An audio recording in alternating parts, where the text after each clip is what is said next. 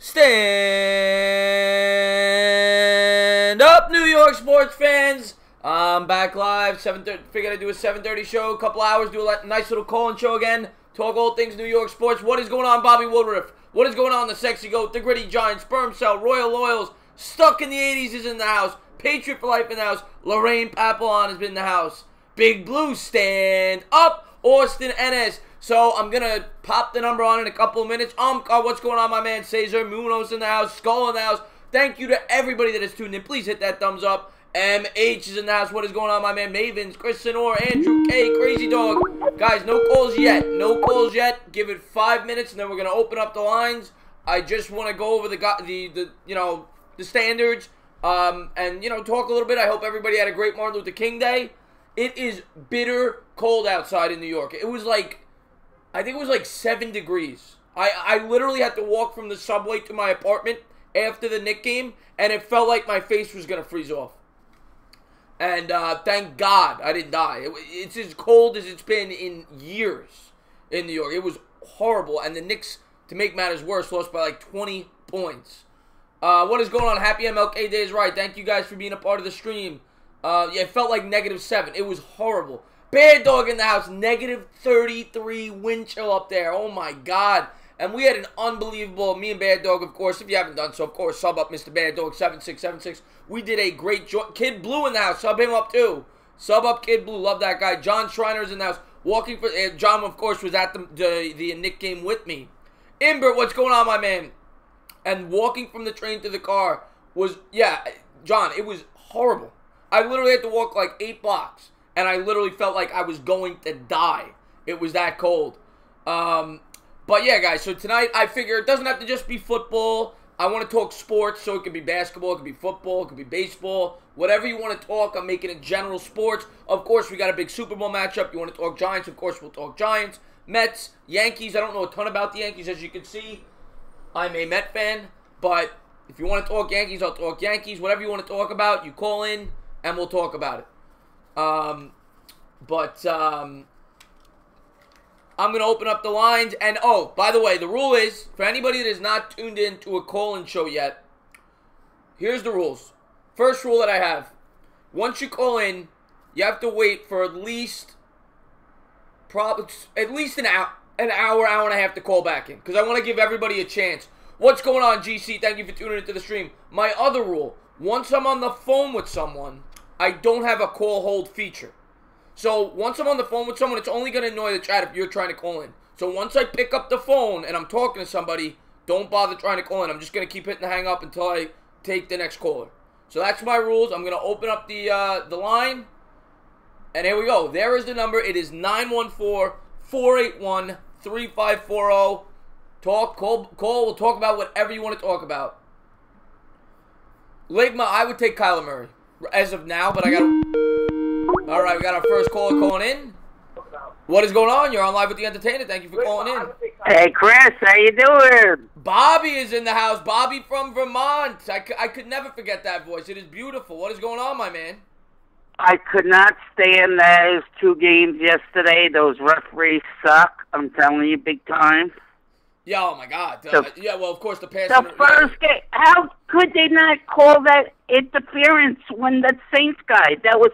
And then it hit to the helmet, remember? Oh, my God. Well, the pass interference call, the non-call, was one of the most egregious non-calls I've ever seen in the history of football. They basically they handed the game to the Rams on a silver platter. And then, in the second game, the roughing the passer call was a joke. Oh, he didn't even hit the helmet. Oh, my God, Drew Brees got it worse.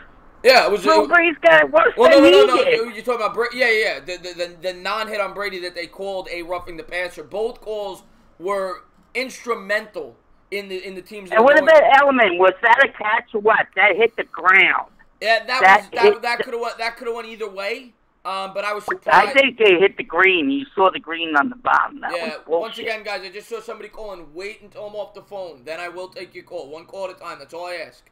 And then you see who the Yankees got rid of, Sonny Gray. He's going to the Reds. I did see that. Yes, I did see that. And I got. Did the Mets do any pickups? I mean, they The picked Mets up Jed, they picked up Jed Lowry about 4 or 5 days ago. I thought it was a good pickup. He's a little old. Yes, he's a good player. But, yeah, I always take him in my fantasy sport. I like him. Yeah, middle infielder. He's from Oakland, right? Yeah, he's from Oakland. Drove in 99 runs last year. I don't expect that this year, but I do think he could be a nice He's still young, addition. isn't he? No, he's in his third. I think his 33 range, but I think he could help the Mets. I think it was a good pickup. He's a nice player. It's another piece to add to the infield, so I think that was a good pickup for the Mets. I got a question for you, Bobby. How cold is what? How cold is it in Vermont right now? Because in New York, it's negative 23 up here. Negative 23? Yes. Without the wind? With the wind, yeah. The same as Mr. Bad Dog. Oh, that's right. He has 33, that's right. I have 23. That's right. That's right. I forgot Mr. Bad Dog lives over there by Vermont. But We don't live that far from, not that far. My God. And, do you see my chat, my channel yet? I screwed up on my live chat that day. I screwed up. I don't know what I did. I saw 2 of your episodes. I haven't gotten a chance to look at your later ones. But how do you do your? I don't know what to do. I tried to look for the camera. It didn't come on for my live chat. I was pissed. I was screwing up. I don't know. I don't know, Bobby. I don't know. I'm not sure. I gotta check it out next time. Yeah, you gotta check it out. But anything else you want to talk about before I take the next caller? And the Yankees, I want them to pick up the guy from Colorado. I don't want Manny Machado. I want the guy from. Well, he's not. You're talking about Nolan Arenado. He's not a free agent. Yes, I want him. He's not a free agent. I want him. He's gonna be a lot cheaper, and he's a lot better than I think Machado. Well, he's a great player, but the question is he available? But yeah, Nolan Yeah, Arenado. he is available. That I saw that on Yahoo. Okay. Yeah. I mean, maybe he's worth. You know, I talk a lot. No, I know it's you talk nice a lot. talking. Will you do this every Monday night? I'm going to start doing this like twice a week, I think, because people seem to like it. So I'm going to start doing it twice a week. Yeah, you're awesome to talk to. But little Bad Dog I see is waving at Chris. That's good to know. But I'm going to let you know. He's a cute kid, is it? Yeah, he's a cute kid. He's great. Bobby, okay, nice talking to you, Chris. Yeah, I want to say, see you soon. Bobby, I want to say thank you for calling in, and it was good talking to you. Okay, bye now. All right, buddy. All right, we will take the next caller. I see Juan Reyes is in the chat. We got Rob Skull says, what's going on? What's going on, Skull? Thank you for tuning in. And here we go. Next caller. What is going on? You're on live with the Entertainah. Thank you for calling in. Patriots for life! All right, that's Patriots for life, who got a wrench. I took it away, and then he calls in and prank calls me. All right, Patriots. Thank you for calling in. What is going on? Thank you for calling in. Who is this? Yeah, it's Nelson. Nelson, what is going on, my man? Is Nelson Ayadale? Who is this? Yes. Oh, yes. Very cool, man. I always see you in my streams. Thank you for calling in. What's going on, buddy? Yeah. Yeah. I'm here. What do you want to talk about? I know you're a Giant fan. I think you're a Knicks fan. Yeah, I know. You know, I got frustrated with the Knicks now. What'd you say? I said I got frustrated how the Knicks are playing. Oh my God, I think we all are. I mean, I've been frustrated the way the Knicks have been playing really since the Ewing days. I mean, of course, with Carmelo, we had a couple of pretty good years, but the Knicks have not been consistently good since the early '90s. Really, mid '90s, late '90s, they were good for a spurt there, but since the '90s, they have not been consistently good. I expecting that James Dolan has to go. Well, James Dolan's the owner. I mean, you can't just get rid of the owner. But, James, by the way, guys, please stop calling in. I'm trying to talk to Nelson. I'm going to take one caller at a time. So yeah, Nelson. All right, guys, please. I'll stop the show if you guys keep calling in. Stop calling in. But Nelson, what was it? Yeah, so, yeah, as far as the Knicks goes, what do you want to see going forward with the Knicks? Yeah, I just surprised that people like to show up in,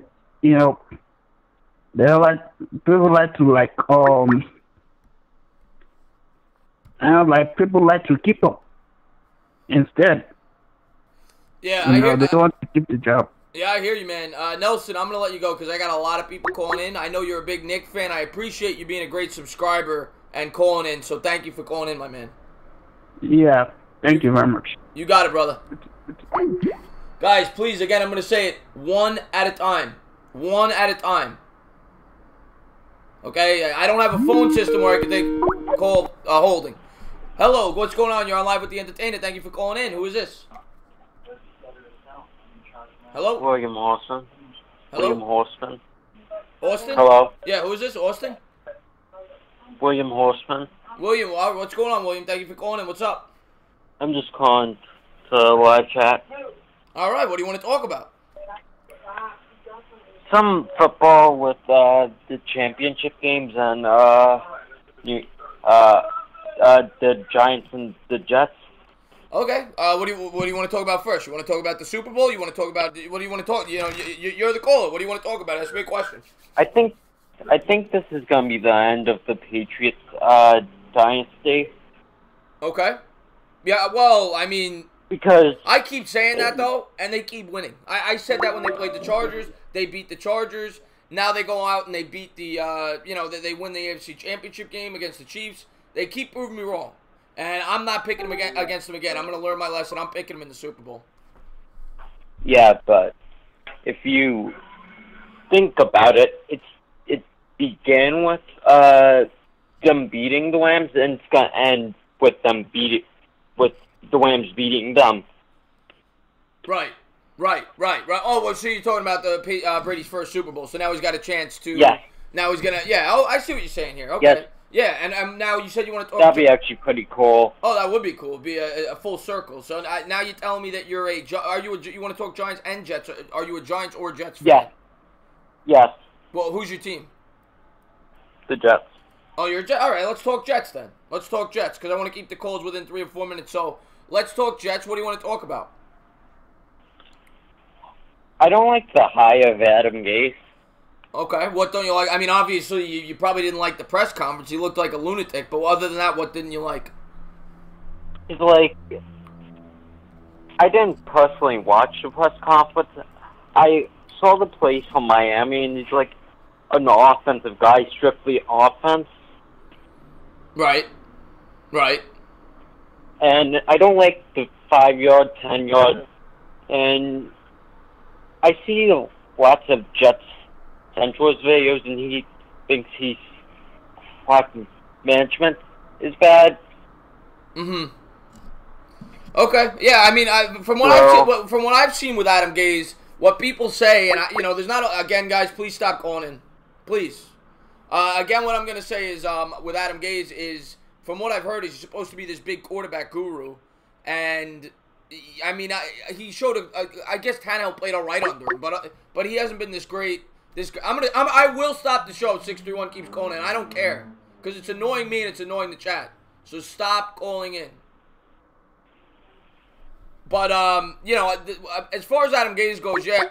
All right, I'm gonna end the chat. If he calls one more time, I'm just gonna end the stream because it's annoying and it's annoying the hell out of me. I see your point with the chat. I don't mean to upset you there, but all right, I'm in the stream. All right, guys, have a good night. I'm not dealing with this nonsense. I'm sorry for to do this to you, but you get no problem. Yeah. No problem. Yeah, you have a good night, man. I'm sorry. Have a good night. Have a good night. You know what? I'm gonna answer this asshole. Hey, jerk off. Go ahead and talk. Entertainah. Oh, I'm sorry. I thought you were the prank caller. I'm sorry about that. No, it's Mark Israel. Oh, How Mark are you, Israel, buddy? what's going on, my man? I'm sorry about that. No, it's okay. I feel very insulted though. What do you feel insulted about?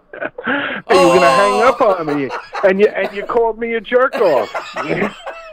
What's going on, Mark? Mark's a great caller.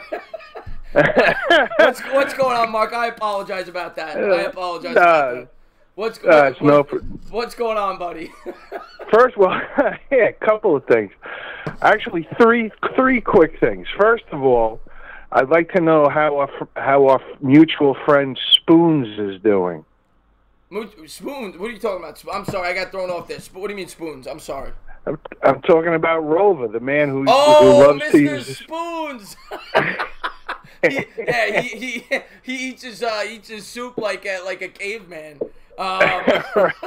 I love Rover Sports. He's great. Yeah, so do I. I hope he realizes whenever I make comments about that, I'm just, pulling his leg. Oh, no, he knows. He's got a great sense of humor. He's a great guy. And by the way, guys, I apologize that I got a little upset. And I apologize to you, Mark, that I said that. I was just getting very annoyed, so I apologize. But hey, I think you might, if you keep getting the crank calls and all of that, I think you're going to turn into like the Howard Stern show. So Mark, I know you're a Jets fan. Yes. I'm assuming you're a Mets fan as well. Yes, I am. All right, well that's good to know because I'm a Mets fan. I'm gonna be doing a lot of Met content. I'm gonna be having a daily Mets show soon. Yeah, I'm looking forward to that. Yeah, I'm gonna have JC on most of those episodes. Great. What do you think of this offseason so far? Do you think the Mets have done enough? I think, oh boy, that's a tough question. Have they done enough? I think they got to do a little better with signing people to the bullpen, and I think they need They need lefties, right? Not righties. Yeah, they definitely need a lefty. They don't have a lefty in the pen right now. Yeah. They got to get better in the bullpen. That's about it. Otherwise, I think the new GM's doing a pretty good job. I have no complaints. Yeah, I mean, I really like the Lowry pickup that they just had. Everything they've done I've agreed with for the most part this offseason. I just don't know if they've done enough because now you go out, you look at what the Phillies and the Nationals, they're rumored to possibly be getting these two big guys, the Machados, the Harpers. So if they grab one of those guys, the Mets are still second fiddle in the division. Yeah, I agree with you. I mean, look, there's still a little more they can do, but if the season started tomorrow, I wouldn't be bitching. Oh, it's definitely a much improved team. I mean, the bullpen is going to be night and day. I mean, with Familia and Diaz at the back of that rotation, you have the three studs at the top. The question is, did they add enough hitting with Cespedes out? Because we got to realize Cespedes might not even play this year. We don't know. Do they have enough? I don't even know if this whole. I mean, the Cespedes thing kills me. It kills me. Right. Every year this guy gets hurt, and it drives me nuts. Yeah. No. And you know what? I feel like he works out too much. I feel like you can see it in his body. I feel like he's too tight. And I remember he got hurt with the golfing a couple of years ago. But I don't know. I have high hope. By the way, at 770, just please wait till I'm off the phone, and then I will take your call. Please wait. Hey, Entertainah, there's just two things I want to talk about real quick. Go ahead, my man. Before you let me go. Number one, and I've seen it, I think maybe it's been on your channel, or maybe Capizzle's channel. I'm not 100% sure, but a lot of it, and I just wanted to straighten this out. I'm a huge Bill Parcells fan. Okay, always have been, always will be. Best coach ever. But other than Belichick. absolutely. Other than Belichick, but what I'm getting at is this: a lot of people talk about when Peyton Manning was coming out of Tennessee, and a lot of people say the reason why he didn't come out of Tennessee was because the Jets had the number one pick, and that he was scared he was going to get picked by the Jets, so that's why he stayed in school. Okay? Right. Now, I don't know if you've ever read it, and I've also told JC that he should read it. Have you ever read or have you heard about Parcells' biography or autobiography? I've never read it, to be completely honest. I've heard about it. I have not read it. Okay, well, I highly suggest you check it out. Go to the library, take it out or so, because it's phenomenal. But in the book, Parcells himself says that year when the Jets had the number one pick and Peyton was thinking of coming out, Archie Manning, his father, actually called Parcells on the phone and said to him and asked him, he said, and this is coming from Parcells, straight from the book, and Archie actually asked him, if my son comes out, will you take him with the number one pick? Right. And according to the book, Parcells told Archie that he felt Peyton should stay in school for his senior year. Really? Yes. That's Wow. according to the book. But I just wanted to because whenever I hear this story and everyone's like, "Oh, Peyton didn't come out because he was afraid that he was going to go to the Jets," that's all BS. Yeah, that's interesting. That's interesting. Yeah, 100% BS. And the final thing I wanted to bring up is nobody's talking about. My Islanders are in first place. Yeah, I'm not a big hockey guy, but I was at the Knicks game. I was at the Knicks game today with my friend John, who's a huge Islanders fan, and he told me you guys are second in points in the East. I couldn't believe it. We're number one in the Metropolitan Division. I mean, I can't believe it. But they've been lousy almost as long as the Jets have been. I know, and as you were telling me that, I'm thinking about who you got instead of Peyton. You ended up getting Keyshawn Johnson, which he was okay, but I think you probably would have rather had Peyton Manning. Right? No. With that pick, you're thinking that was the year before when they got Keyshawn. Kotite was still the head coach. Oh, okay. It was like the following year or something, or 2 years. Oh, you're right. I can't remember. You're right. Keyshawn was 96. Peyton was 97. You're right. Oh, no. Yeah, the first pick Parcells ever made with the Jets was the linebacker James Farrier. Oh, okay. Well, because I know Keyshawn was the number 1 overall pick. Yes. That's what. Yeah, but that's maybe I don't know. All I'm saying, I can't remember the picks or whatever, but that is in the book, and people always get it wrong. Oh, very interesting. So I just wanted to mention that. But Yeah. all right, I'll let you get to your other callers. Have a great night. You're doing a great job. I'll try not to yell at anybody else, but I appreciate the call, Mark. You were great. Hey. Go ahead. Do you know? Are you ever going to do like a live call in with JC? Because I'd love to be able to talk to that guy. Yeah, I'm gonna be doing. I'm working on it probably within a month. I have to get a new phone system where I can have a Skype guest on because I take the calls via Skype. So I'm gonna get a new phone system where I take calls from outside of Skype. It's gonna be like a month because it costs $50 a month. So I'm trying to build up my channel a little more before I make the investment. But I am gonna have it probably within 3 weeks to a month. Okay, terrific. I'm looking forward to it, buddy. You got it, man. Thank you for the call. All the best. All right, brother. All right, now you can call in. Anybody who wants to call in, go ahead. All right, next caller. What's going on? You're on live with the Entertainah. Thank you for calling in. Hello. All right, we got guys. This is a sports chat, and we got a little porn in the background. So thank you for that. I'll know not to answer 702 asshole next. Next on the line. What's going on? Thank you for calling in.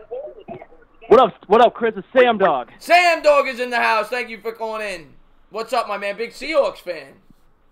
Yeah, man. I'll tell you what, though, man. I'm still kind of angered by the way the Saints got screwed, man. Yeah, well, penalty. of course you're a big Seahawks fan, and I'm sure you were upset about that. That the Rams are going to the Super Bowl.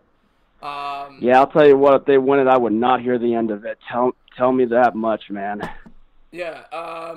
Yeah. I mean, but no, you're absolutely right. The Saints. I mean, I was rooting for the Saints, but they got screwed in that game. They really did. I still think the Super Bowl is going to be very good. But I think it would have been a much more entertaining Super Bowl had it been the Saints versus the Patriots or the Saints versus the Chiefs. True. I mean, for real, I would have loved to see Breeze versus Mahomes. Heck, Breeze versus Brady, I would have been all right with. But now it's Brady versus Goff. And to be honest with you, I mean, I know I'm gonna hate to say this, but I would be all right even if Brady got ring number 6. I think the Patriots are gonna win the Super Bowl. Yeah, I think you're probably right. I'm just laughing at some of the things the chat said. Delano said that call must have been from the Bunny Ranch. No, I agree with you. I agree with your pick. I think that, unfortunately, because I picked against them the last 2 times, I'm not picking against them a third. I think the Patriots are going to win the Super Bowl. I think Brady will get a 6th. Yeah, I was here listening to you earlier on in the call, but I wanted to ask you your thoughts on this football league starting up the week after the Super Bowl. What's your thoughts on the whole Alliance of American Football League that's starting up after the Super Bowl? Alliance of, what are you talking about? The XFL? I don't know what you're referring to. No, not the XFL, the new AAF league that's starting a week after the Super Bowl. The XFL's coming in 2020, but there's this other league which gave San Diego a team back, which is known as the San Diego Fleet. If you look at the TD Diaries videos, he was able to get some San Diego fleets here. I'm gonna be completely honest with you. I didn't even know about that. Yeah, look into it. It's pretty interesting. Bill Polian had part of starting it up too, along with former NFL star Troy Polamalu. Okay, so it's gonna be like an independent professional league. Yeah, something like that too. And I know my former Seahawks third string quarterback that was part of the Seahawks Super Bowl 48 team, B.J. Daniels, is going to be playing for the team in Salt Lake City. So these are the 8 cities that got the teams. The first ones I know of are Arizona. Their team's going to be called the Hot Shots. San Diego Fleet, the San Antonio Commanders, Orlando Apollos, Atlanta Legends, Birmingham Iron, and the Memphis Express. Those are the 8 teams of the Alliance of American Football League. Interesting. Well, we'll see where it goes. Yeah. I mean, it's never happened. There's been several times where expansion leagues and said they're not listening to you, Bad Dog. They're not listening to me. 770. I think he just doesn't realize that he's not supposed to call in, or maybe he doesn't understand English. But I'm gonna get back to you. Yeah, I mean that's happened before in the past. It's not just with football. It's happened with basketball. Expansion leagues have tried to form. It's never worked out, but you never know. Yeah, I mean, and plus, with the XFL, you and me both know we're getting teams for the XFL in Seattle and New York. So, I mean, 2 good markets, especially the New York and LA markets, with their sports teams, and plus the hype around, this whole LA-Boston Super Bowl coming up, too, with the 2 big-time sports markets. Yeah. Who knows? Yeah, we'll see. I got a bunch of people trying to call in, so I'm going to let you go. But I always appreciate you calling in, Sam Dog. Please check out his channel. Just type in the chat if you want so people can check out your channel. I always like to shout out YouTubers. I hope you have a good one, my man.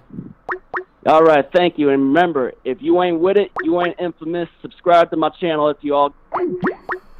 What is going on? You're on Live with the Entertainer. And they hang up. So 770 called me 38 times. I pick up the phone and they hang up. 770, try to call again. Let's get to the chat a little bit. No need for the language, guys. No need for the language. No need for the language. All right, I think this is 770. What is going on? You're on Live with the Entertainer. All right, that was a prank call, so 770 will now not be answered. They were cracking something in the background. I heard him about to yell like a maniac. So 770, you did a good job with that prank call. Next caller, go ahead. Let's get to the chat.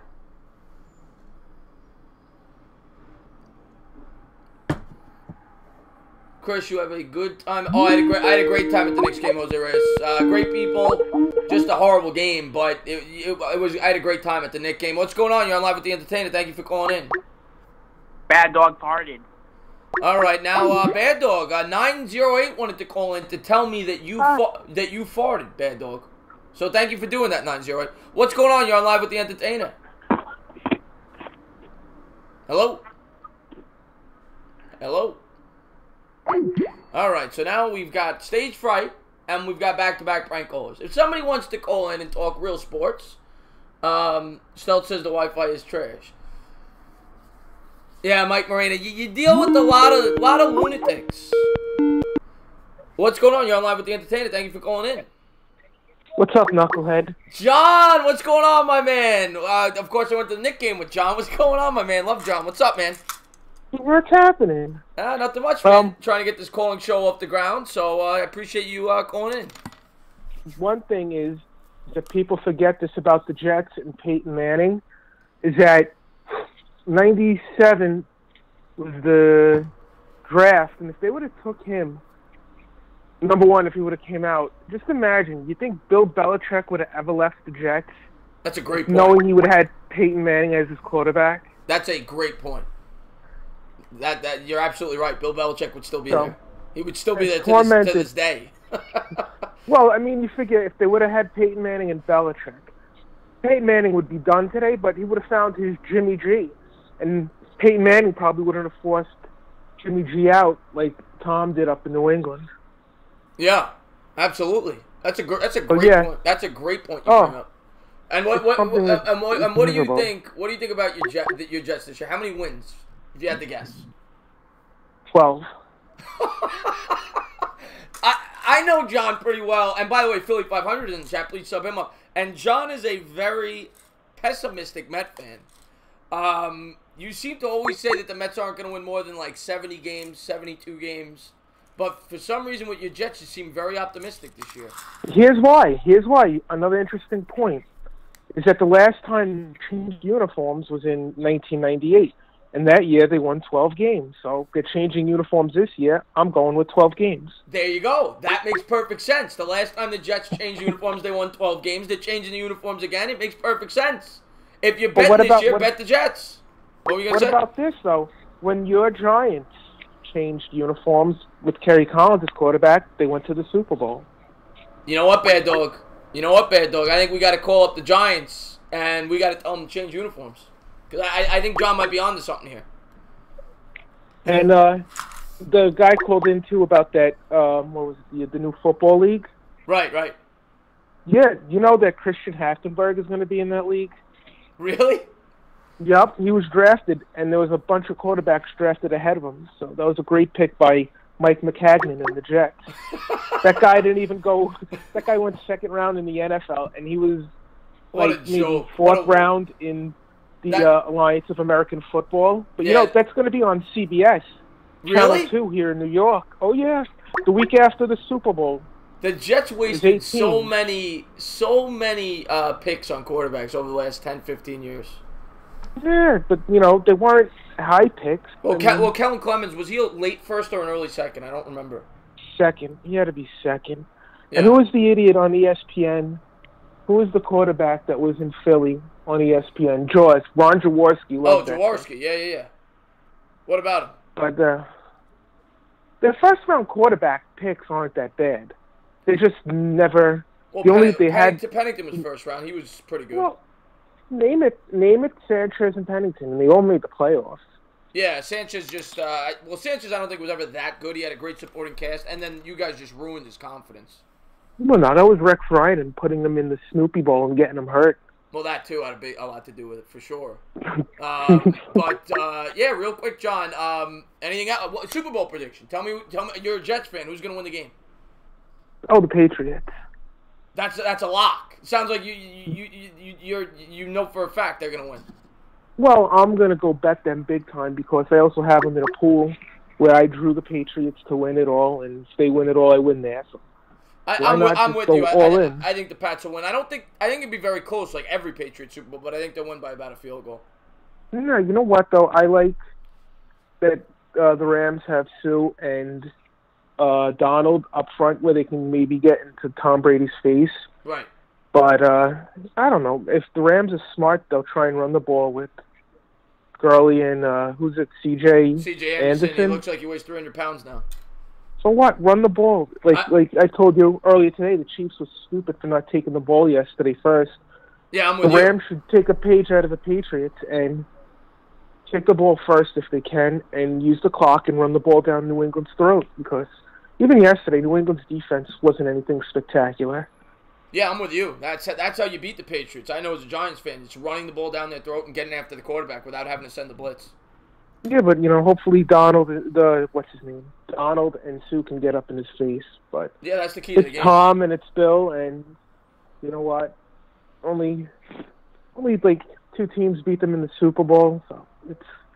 Yeah, I hate watching them every. Only one team. But two. You're right. I'm sorry, the Eagles. My God, I tried to block that out. I tried to block that out of my memory. Yeah. But yeah, I'm just so sick of watching them in the playoffs. Well, hopefully for you, soon it'll be over. But the thing is, I don't know. As long as Belichick is there, I think they're always going to be good. Yeah, but I could agree with that. But I don't think anybody they bring in there as quarterback isn't going to be Tom Brady. Well, no, I think everybody would agree with that. He's the greatest quarterback. Yeah, I don't know, but you take that player out, even when he hasn't played, they still won. But who knows if the new guy will ever have the cojones that Tom Brady has, just to be so clutch every time. Yeah, it's ridiculous. But, John, I'm going to let you go because I'm sure I got people trying to call in. But, of course, I always thank you for calling in, John. Thank you. I had a great time today. Brother. Peace out. All right, man. Yep, me too. Adios. All right, let's get back to the chat here. Belichick Brady is the GOAT, Mr. Bad Dog says. Like we said, all right, we got a call coming in from 704 area code. What's going on? You're on live with the Entertainah. Thank you for calling in. What's going on, Entertainah? What's going on? I'm guessing this is Sperm Cell. Yes, it is. What is going on, my man? Big Eagles fan on the line. What's going on, man? What do you want to talk about? Hello? Sperm Cell? Hello? I think Sperm Cell dropped out. He did. He's going to have to call back. What is going on, Icy Dunks? Thank you for calling into the stream there. Sperm Cell, I think, dropped out there, so he's going to have to call back. He actually hung up on me. Maybe he dropped out. What is going on? You're on live with the Entertainah. Thank you for calling in. Hello? Hello, who's this? It's Chris Senor. Chris Senor. All right. I don't know if Philly 500 is still in the chat, but if he is, if he is in the chat, I think he's got to hear your rendition of the Bad Dog song, and then we're gonna talk some sports. But go ahead. Wait. Can I sing the song first? Oh yeah, go ahead. Okay. Bad dog is a mad dog for giants always stink because they stink and they're terrible. Chris Senor, well done, my man. So what's up, buddy? What do you want to talk about? Let's just talk about conspiracy theories. That's all I want. I'm done with football. After Brady won that championship, I'm done with football. You're done with football, but are you a fan of any other sports? You like baseball? You like basketball? Baseball. I like basketball. I'm mostly into soccer. You know. Who's your teams? For soccer or for like all of them? Yeah, well, I don't watch soccer, so I can't talk to you about that. But who's your teams in basketball and baseball? Baseball, I have to represent Padres. Oh God. You know, they're always it's down there in Petco Park. We have one of the best stadiums, but it's either filled with hipsters, old people, or people who don't even know about baseball. Yeah, well, the one thing I will say about the Padres that's interesting, Manny Machado, who I'm sure you know, the biggest free agent on the market right now. Yeah. There's a rumor that because there's a mystery team that has jumped in for him. Everybody knows, I think, about the Phillies, the Yankees. There's one or two other teams, but most people are saying that they think that mystery team is actually the Padres. Yeah. What's it called? I think he'll fit in there. Maybe. I don't know. What does he play? He plays shortstop, right? He could play third or short. He plays both. Third? Well, he can play third. We already have a shortstop, Freddie Galvis. We have a pretty good shortstop. I think he can fit in there, but do the Padres have like cap space for him? Well, baseball there's no cap. It's not like football. You can spend whatever you need to spend. Oh, there is? Yeah, well, there's like there's like a penalty that you have to pay once you go over a certain amount, but there's no cap. You're allowed to spend whatever you want. Yeah. Oh, damn. Okay, yeah, then we can probably buy him. Yeah. Yeah, the Padres, the factory of sadness. Yeah. Well, I'll tell you, Tony Gwynn's one of my favorite players of all time. He's probably the best pure hitter I've ever seen. Yeah, I like Trevor Hoffman, though, honestly, because I got to see a little bit of him, in my life, so. Yeah, yeah. Well, Trevor Hoffman was a great regular season closer, but he could never get it done in the big spot. He's But a great regular season closer. And real quick, who's your basketball team? Oh, basketball. I'm not a bandwagon because all these teams are trash right now, but I like the Suns, the Raptors, and the Bulls. So those are my favorite teams. But if I had to choose one, probably the Bulls. I don't know. Well, well, the Bulls are horrible. They're competing with my Knicks for the number one. They're competing with my Knicks for the number one pick. Yeah. We're gonna waste another player's career. Yeah. We'll see. I just saw my camera dropped out, so people still have my voice. Let me try to get my camera back on. There we go. Must have came loose. But I'm gonna let anything else you want to say? Yeah. What's it called? How do you feel about Carmelo Anthony getting traded to the Bulls right now? Today. I don't know if you heard about that. Well, I knew that the Bulls were one of the teams that I didn't hear that he's officially with the Bulls. He's with the Bulls? Yeah, he's signed right now. He signed probably like 3 to 4 hours ago. I don't know. That doesn't make any sense to me. That doesn't make any sense to me for Carmelo because the guy's at the end of his career. Why is he going to a team that is not competing? I know. Yeah, makes no sense. You're just gonna waste his career pretty much, or the end of his career. Yeah, that's a joke. Actually, that's a disgrace.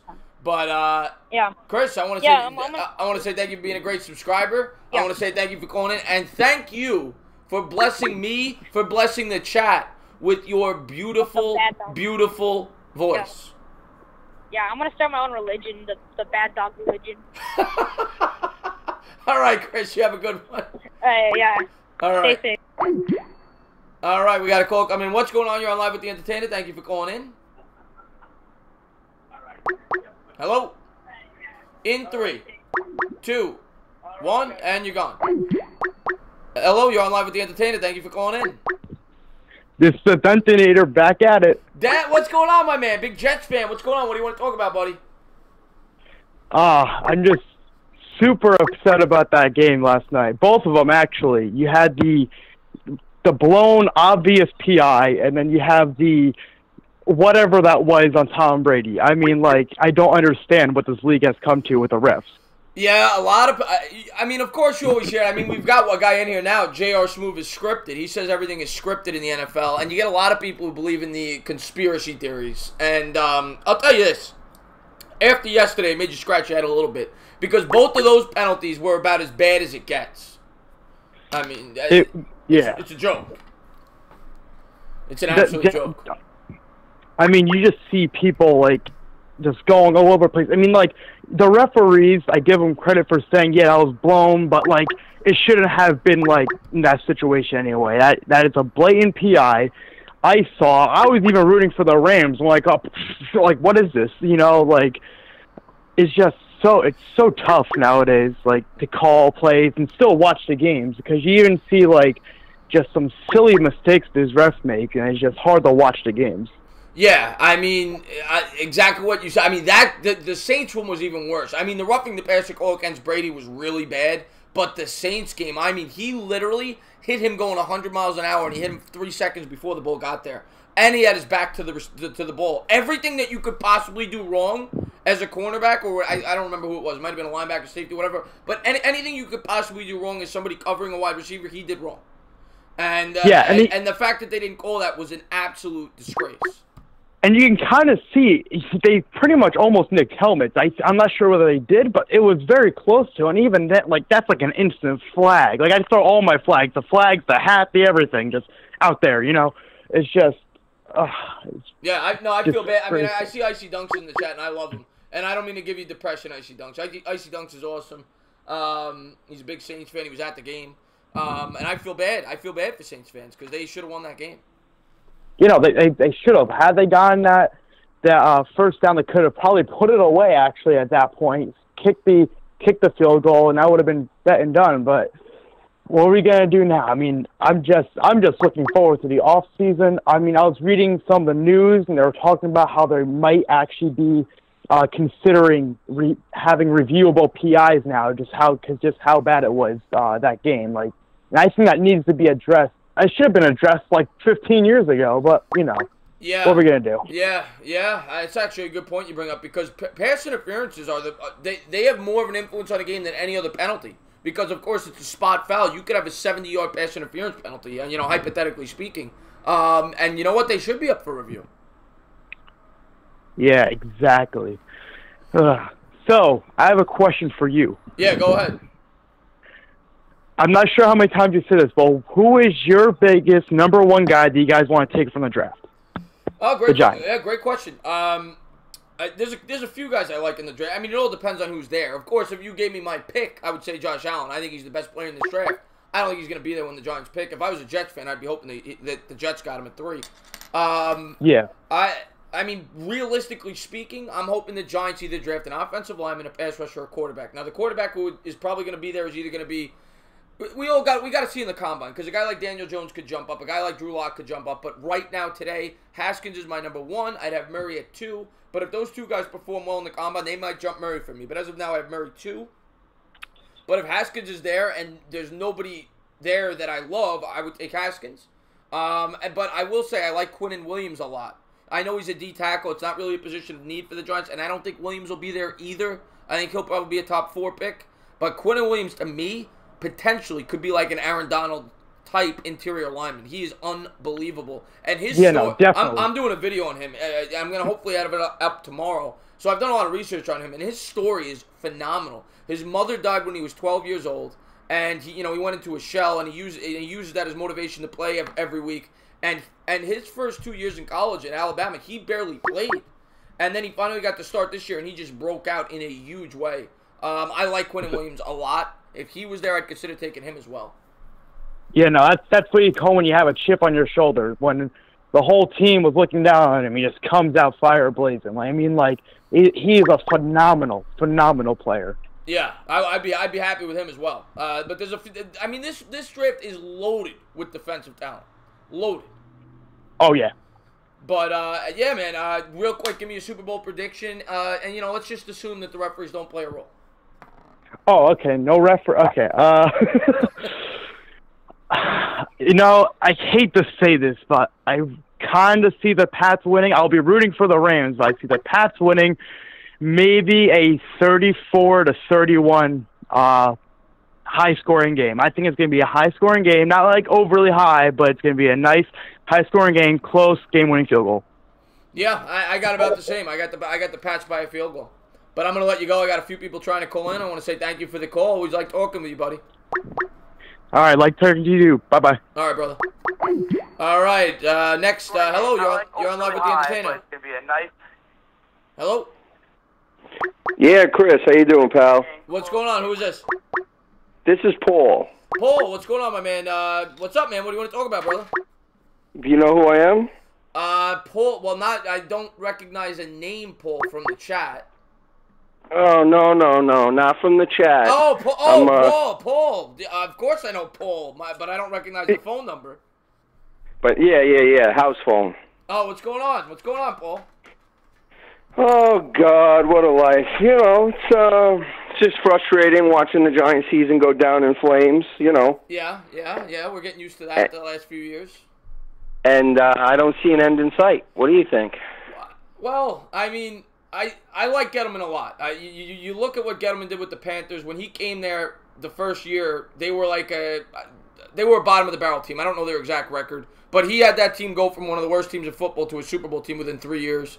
I'm not going to say he's going to definitely do that with the Giants, but I definitely think he's got the Giants headed in the right direction. I love his philosophy, and you know this, we've talked. I love his philosophy of building up the offensive line, building up the defensive line, because that's where you win football games. Of course, you need a quarterback, but in my opinion, you win in the trenches, and that's what Gettleman's all about. And I think he's done a good job building up both sides, and he's got to continue to do that in this draft. But I do like Haskins. If they like, and I don't think you do, but if Haskins, I don't know. I'm not going to say I know anything about him. I really don't. Yeah. The only thing I do know is that if they take him, and by the way, I don't think they will, but if they take him, they're going to have to dedicate 3 or 4 years to this guy no matter what. So they better be right if they do, because if they do that and they're wrong, you're basically wasting Barkley and Beckham. I'm really sick of Beckham. I think that they should just trade him for whatever they can get for him, because I just think he's one of those players that is not going to win no matter where he goes. I just think he's got all the talent in the world, but he's just a major head case, and I think that he's going to do more bad than he's going to do good here. What do you think about that? Yeah, I mean, I'm not a huge Beckham guy. I hate how he conducts himself off the field. I don't think he's a leader. I don't think he was worth the money that they gave him. But now that they gave him the money, it's going to be hard to trade him. I mean, not many people are going to want to take on a receiver who makes $20 million a year, and that's what he makes. So, I mean, you'd probably be able to find a partner, but the question is, are you going to get what you'd want? For me, if I'm trading Beckham, I got to get a very early first-round pick, bare minimum. So if it was something like the 49ers knocked on my door and said, we're going to give you the number 2 overall pick for Odell Beckham, I would do that trade, because then I'd say to myself, okay, now I can take the pass rusher and Josh Allen, and then with my 6th overall pick, I could either get a quarterback, I could get a hog molly, and I could build my team, plus I'm cutting off money in the cap. But I'm not going to just trade Beckham to trade Beckham, even though I think it was a bad signing. Yeah, I just, I don't like the Jets, and I think that this is turning into a Jet town right now, because they got a brighter future than the Giants, man. Well, I know you might not think so, but their window is just about to open, and that could have been the same for the Giants if they Maybe if they took Darnold, I think there would have been a lot more optimism. I know Barkley's great. Obviously, I'm not a running back guy, but he's great. We get it. I just don't think running backs drive you to the Super Bowl. Well, no, you definitely need a quarterback. And the one thing I will say about the Jets that I think the Jets are building – the Jets are going to have a good team, if not next year, the year after. They have a ton of cap space. They're going to be able to get him weapons. They have an early draft pick this year. The Jets will have a good – I don't know if they'll be good next year. Definitely the year after. But I still think the Giants can have a very good team in 2 years, too. They're just building their team differently. The Jets got their quarterback last year. The Giants may get him this year or the year after. We'll see. And people talk about Tua and Herbert from Oregon, and that's great. But if those guys are that legit – you're going to need a number 1 overall pick or a number 2 overall pick for that. And that's why I'm of the mindset that and you don't just take a quarterback to take a quarterback, but if Gettleman likes a quarterback in this draft, he has to take him with the 6th overall pick because of what you just said. If the Giants go out there and win 10 games this year, they have no chance of getting a quarterback next year, not without trading everything. So I agree with you. If they like a quarterback this year, they have to take him. Yeah, and history shows, though, that Gettleman likes the best player on the board. And no matter what, in this draft, it's not going to be any quarterback, only because this is, like you said earlier, an extremely defensive-heavy draft. So when you look at best player on the board, Barkley might have showed up this year as that, which might be the reason he took him. But a quarterback isn't going to show up this year. So either you draft him for position or best overall, and history dictates to us that he's going to take best overall. You might be looking at like a defensive Molly. Yeah, or Jonah Williams, who everyone loves, the offensive tackle.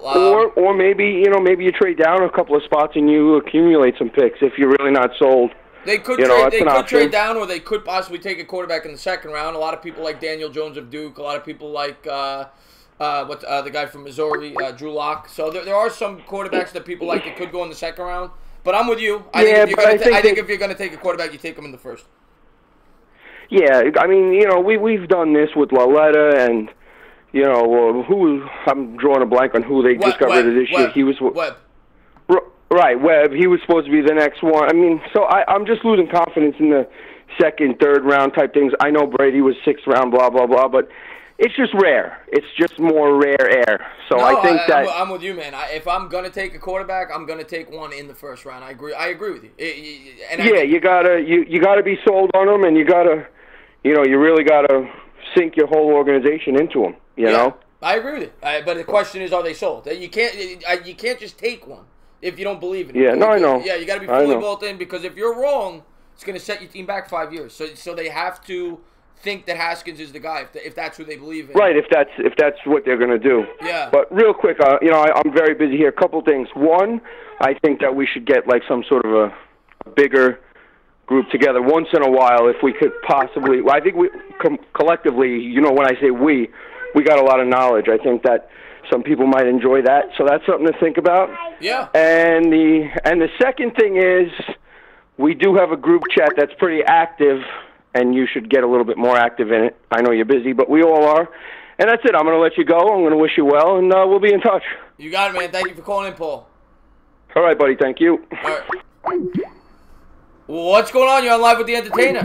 All right, they just hung up. I'm ready to take another call here. Anybody? All right. What's going on? You're on live with the Entertainah. Thank you for calling in. Hello? Hello? Hello?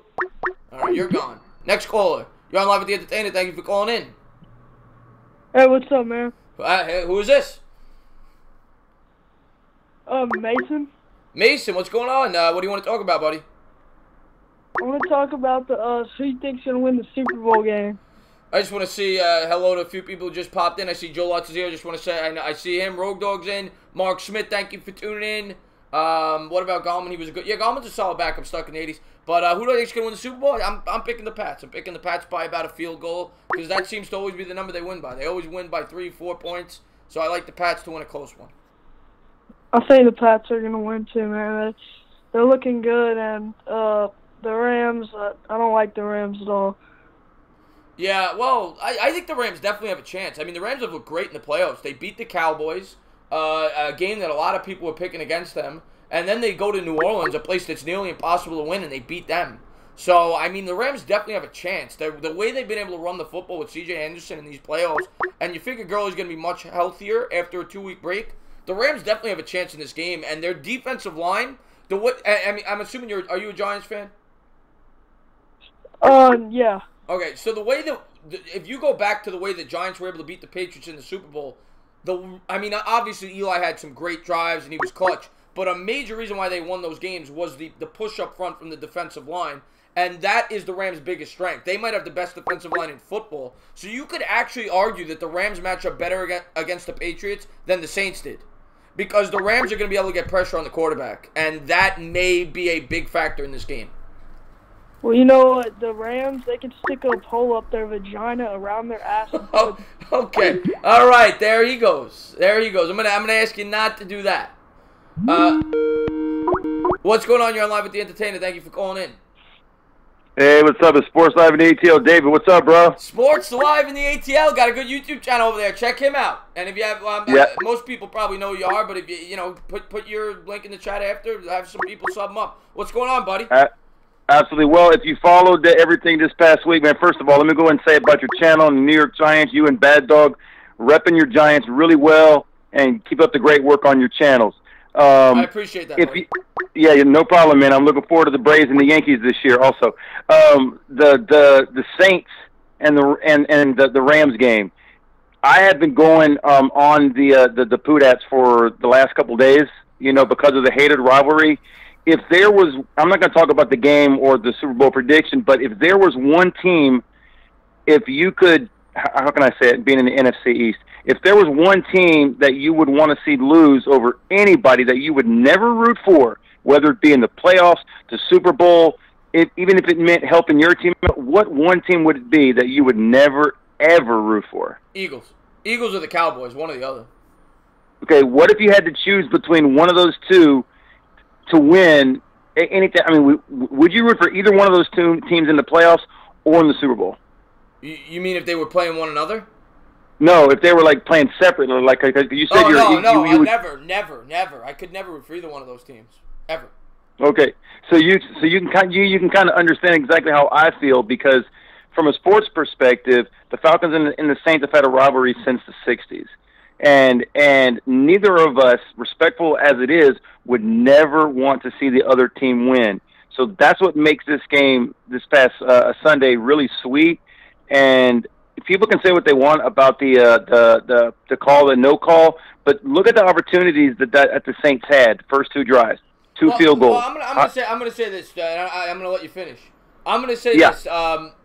You're completely right that the Saints had an opportunity earlier in that game to put that team away. They had a 13-0 lead, and the Rams did to the Saints what the Saints did to the Eagles the previous week. That fake punt completely changed the momentum of this game. So you can definitely say that the Saints had an opportunity to end that game early. Yeah. But I will say that. The Saints were very fortunate to actually get by the Eagles in the game the week before. But the Saints had opportunities in the first two drives. Drew Brees had the ball in overtime. The two field goals, the one at the end of the fourth quarter and overtime, had nothing to do with the call that was missed. And when I hear the term rig, it really makes me upset, because how do you rig a game-winning field goal? How do you rig a game-tying field goal? How do you rig an overtime interception by one of the greatest quarterbacks? Yeah, I'm with you. I don't think it's rigged. But I will say that it's those calls. Even you, if you hate the Saints, you have to say that's one of the worst non-calls in the history of football. I mean, that was awful. Yeah, I could be honest with that. I didn't watch the game because I was working, but I saw it. It definitely should have been called. But some Saints fans will tell you, and anybody, it never should have come to that. No, I agree with you. It shouldn't have come to that. The Saints should have buried them. They had the opportunity to do it earlier in the game. There's no doubt about it. Exactly. You bring up a fair point. Right. Let me go and cut this short, because I know you got a huge call-in show and all that. But I just wanted to show my support for you, show my support for Bad Dog. I just want to say I saw in the chat, Bad Dog said to unblock him, with a smiley face. So I guess he's still blocked in your channel. So I'll take care of him. Just look. A lot of people do not know the history with Bad Dog and I. We've been on YouTube since 2009. As friends and competitors happen, you have issues. But at the end of the day, it's all about sports, and it's all about moving on, and I have no hard feelings whatsoever. I do think the Rams are going to beat the Patriots. I do think this is probably one of the worst Patriots teams. They are, but I've been saying it now for 2 You got to weeks. give them credit. You got to give them credit. As annoying as it is, you got to give them credit. Yeah, but I will say, I'm picking the Patriots because they made me look like fools, but I will say I do think the Rams match up very well because of their because of their defensive line. They have the best defensive line in the sport. Yeah, I agree. I'm going to let you go on this one, but I did see a comment in your stream. 500 says, ask him where the Atlanta Super Bowl rings are. People, check out Philly 500's channel because he did a lot of shots on my team week 1 before I went to Philly. I'm still looking for my ring, sir. I don't know where it is. Hey, Entertainer, keep doing your thing, man. I'll talk to you during the baseball season. All right, brother. Thank you for calling in. No problem, bro. All right, let's see what we got here. Brady and Belichick is all they need. Yeah, that's true. All right, we got another call calling in. What is going on? You're on live with the Entertainah. Thank you for calling in. All right, I got back on. Oh, there he is. Sperm Cell is back in the chat. What's going on, my man? What's going on? How are you? I'm good, man. Just talking some sports, yelling at some people. What's going on, buddy? Nothing much. What do you want to talk about? You're the caller. I'll talk about whatever you want. I mean, Bad Dog farted apparently earlier. I heard that. One of my prank callers told me that. What's your opinion on the Super Bowl? Like, how do you think it's going to play out? Yeah, I mean, I'm taking the Patriots, but the only reason I'm taking the Pats is because of how silly they've made me look the last 2 weeks, and I just can't pick against Brady and Belichick again. But as I said the last call to David in Atlanta, they have a great. The Rams match up beautifully with them. I will say that because they have one of the best running backs in football, so they have the ability to control the clock if they get that going. And their defensive line, in my opinion, is the best in all of football. And as a Giants fan, I know the way you beat the Patriots is to get pressure on Brady without having to send the blitz. And there's no team probably better equipped to do that than the Rams. Yeah, I mean, last year, that was our goal, was to get pressure without blitzing, and we got no pressure, and he absolutely torched us. Yeah, I mean, that was one of the highest scoring Super Bowls ever. Yeah. But, yeah, it was a good one, though. I mean, I was a Giants fan. I didn't enjoy it, but it was a great Super Bowl. Yeah, I think the Patriots are going to win. I agree with you. I think the Patriots are going to win a close game. I'll go something like 28-24 Pats. Something like that. I actually think it might be a lower scoring game. I don't know why. Even I know both defenses aren't the best. Yeah, I mean, I could see it. But a lot of times in the Super Bowl, teams play a little more timid. They feel the team's out. I could see it being low scoring. A lot of times you think these games are going to be high scoring. They don't work out that way.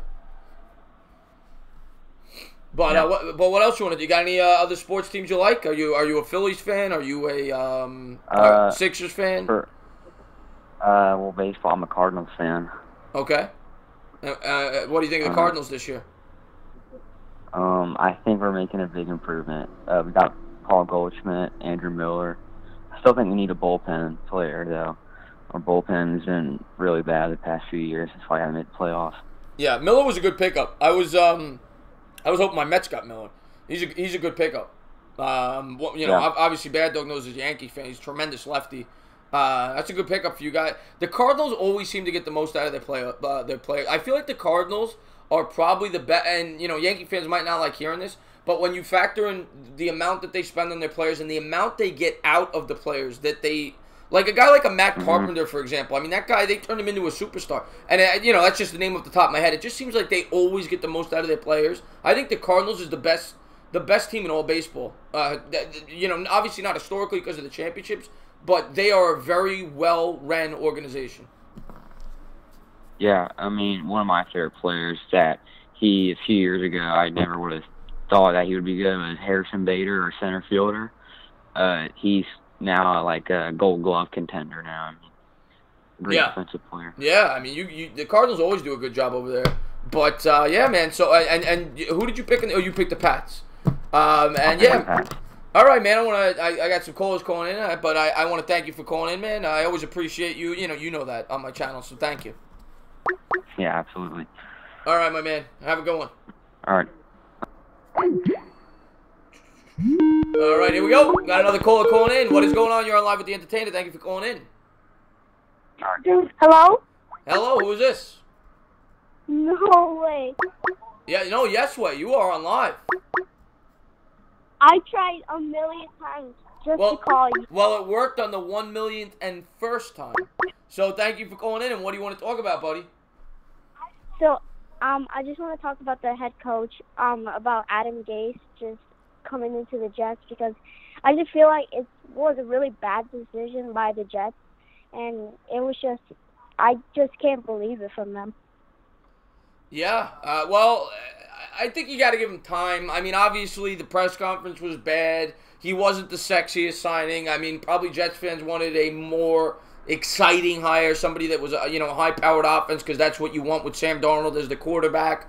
But I will say what the MO is on Adam Gase is he is supposed to be a quarterback guru. There hasn't been a lot of evidence of that, but that's what they say, so that is the reason they brought him in. And one thing I will say, if I was a Jet fan, I would be extremely encouraged over the Greg Williams hire. I think he's one of the best defensive minds in football, and I think that was a great hire by the Jets. Yeah, I mean, like you said, Adam Gase should just get a little bit of time to experience the Jets and how their offense and their defense works. Yeah, for sure. No, you got to give him a couple of years before you jump down and start. I know that as a Giants fan. I mean, half the Giants fan base wants to get rid of Pat Shermer already. You got to give him a few years. You got to, and the Jets will. I mean, you got a second-year quarterback there. You got to give him some time before you jump down his throat. But you see where it goes. I mean, I wouldn't be excited if I was a Jets fan. It wasn't an exciting hire, that's for sure. So yeah,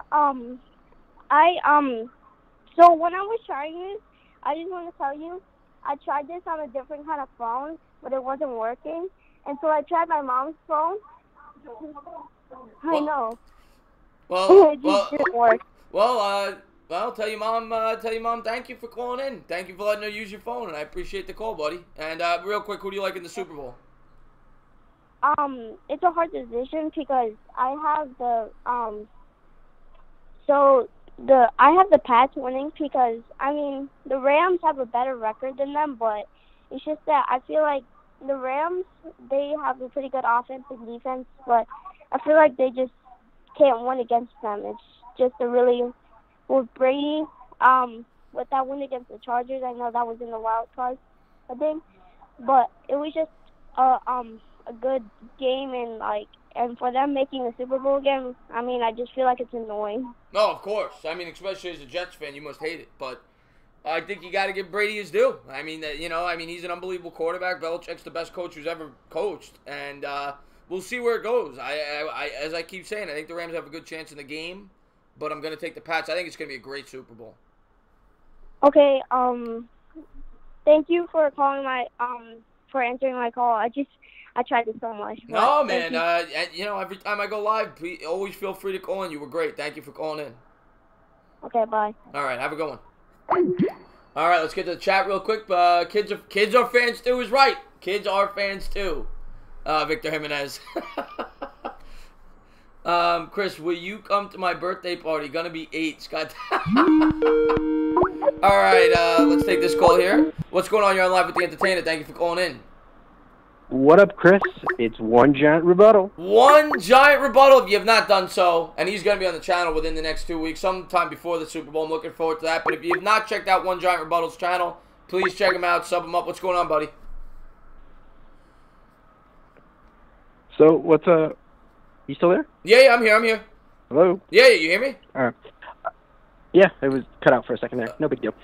So, I have a question for you. Is there any prospects that you... like, not first-round prospects, second-round prospects, the guys that everybody's going to hype. Is there any, later-round prospects that you're hyped about? To be completely fair, I haven't done a ton of research on, later-round prospects. I've looked at, the top-tier guys, the top 15, 20 picks. But as far as, the quarterback position, and I'm going to do more of that as I do my draft videos. I'm going to be starting that hopefully this week, mock drafts. But as far as the quarterback position goes, I have looked a little bit into that. I do like, and I wouldn't take him in the first round, but if the Giants pass on a quarterback and if they liked him and he was there in the second round, and of course I need to see the combine, but I like Daniel Jones. I think Daniel Jones is an interesting prospect because of the coach he's learned under. He's coached Peyton Manning coached Eli Manning. He has a great, history coaching quarterbacks. And Daniel Jones, I like, you know how I feel about the quarterback. I like his size. He's 6'5". I think he's like 230. Of course, the knock on him is a small school. But the highlights I've seen and the notes I've read, I do like some of the things I've heard about Daniel Jones. And I believe it's a pro-style offense over there, too. It is, yeah, it is a pro-style offense. So, I mean, that's a plus as well. Yeah.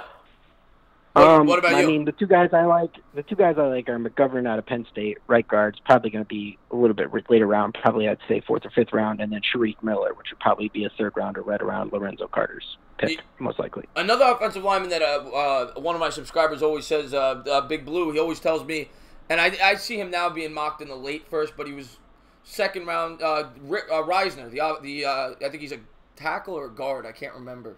But he's an offensive lineman that he likes a lot, that I would have my eye on in the 2nd round. Yeah. I had one other question for you. Now I'm on the phone. I'm drawing a blank. Anyways, I'll make it quick. It is what it is. But obviously you probably want to know my Super Bowl pick. Yeah. Let's go. Let's get your pick. Yeah, the Pats. My guts tell me the Pats. Obviously, I'm rooting for the Rams, but I'm gonna have to go with the Pats until hopefully the Rams prove me wrong.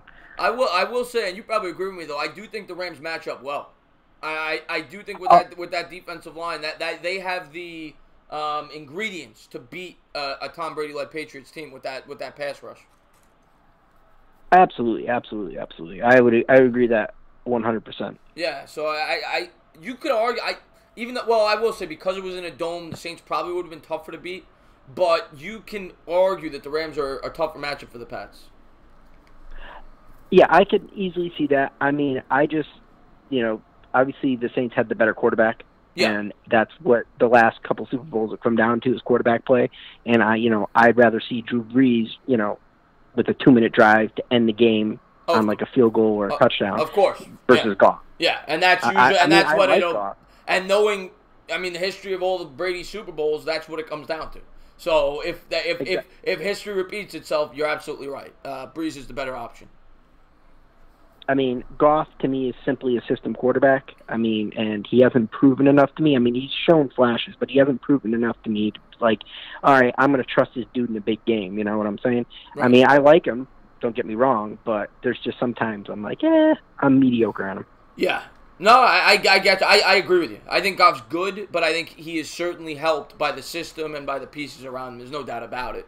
And that's what that's what I want as a Giants fan. I want the Giants to copy that blueprint, that Rams blueprint, because what they did was they got the foundation established. Gurley, is equivalent to a Saquon Barkley. They got the offensive line fixed. Then they brought in the quarterback, and and he took off on his 2nd year once they brought McVay in there.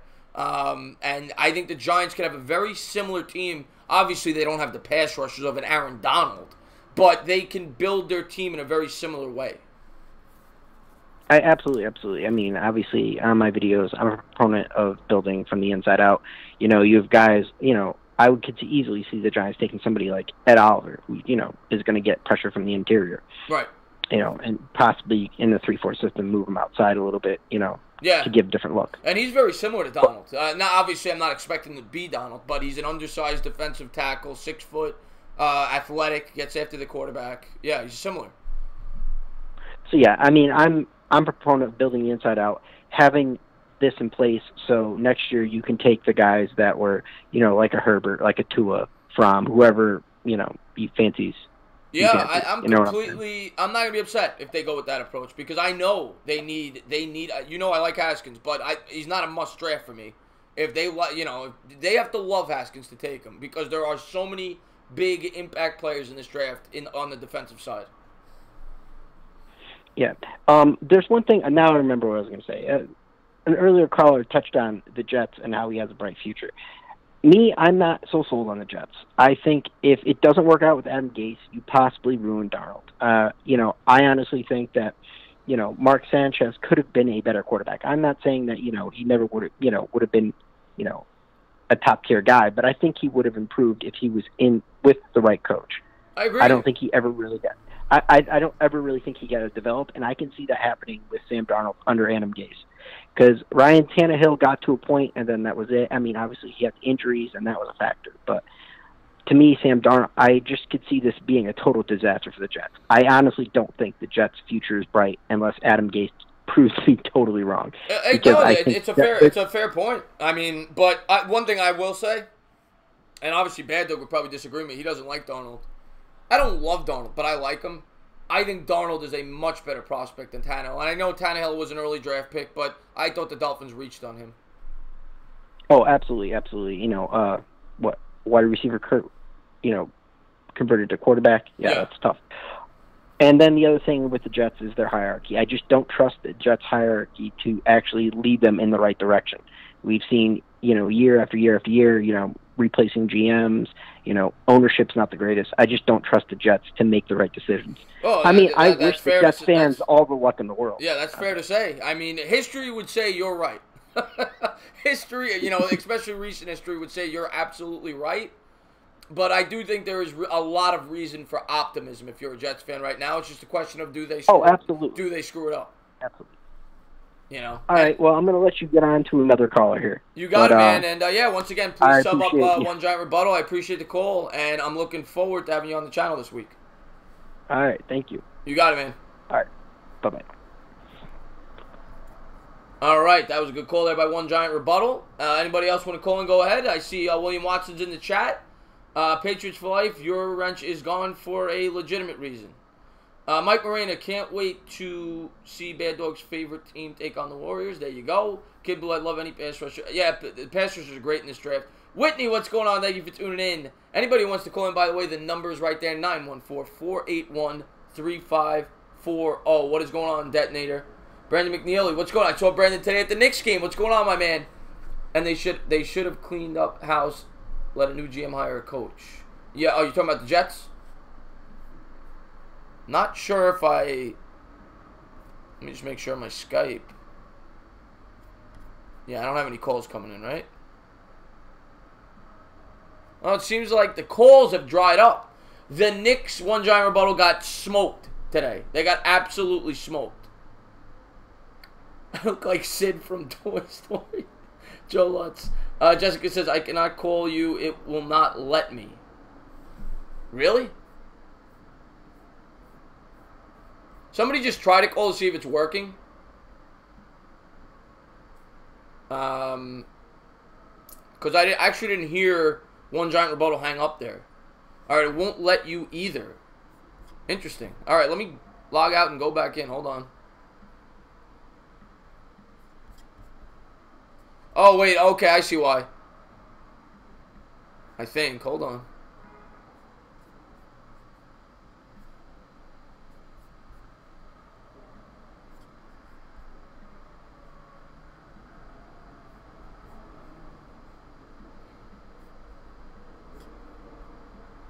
What the hell?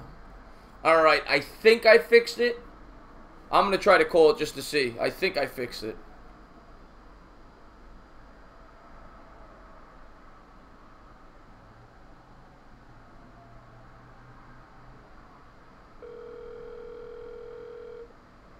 No, it's not ringing. What the hell happened?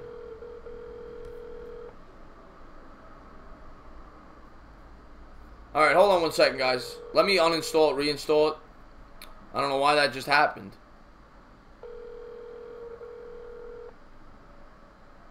Sorry about that.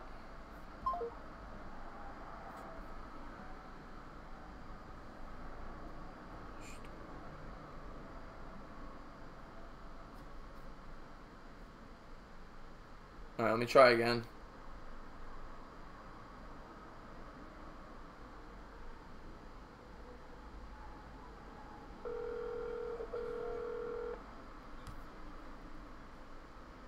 That's weird. I think I gotta delete it and maybe reinstall it. I don't know why it's doing this. Sorry, guys. Come on. Come on, you stupid thing. 1 second, guys. Annoying.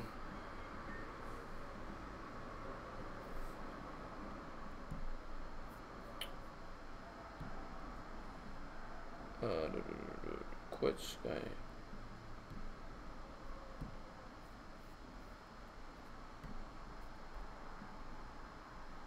All right, let me try to reinstall it, guys. See if that works. I'm sorry. Skype is messing up. Yes, it is. I'm gonna try to reinstall it. See if it works. This has never happened to me before.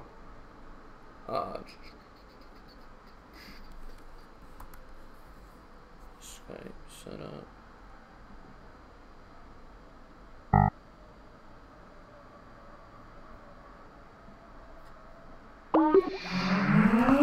Alright, let me try calling the number, see if that works. And then I will tell you guys you can call if it works. Hold on 1 second.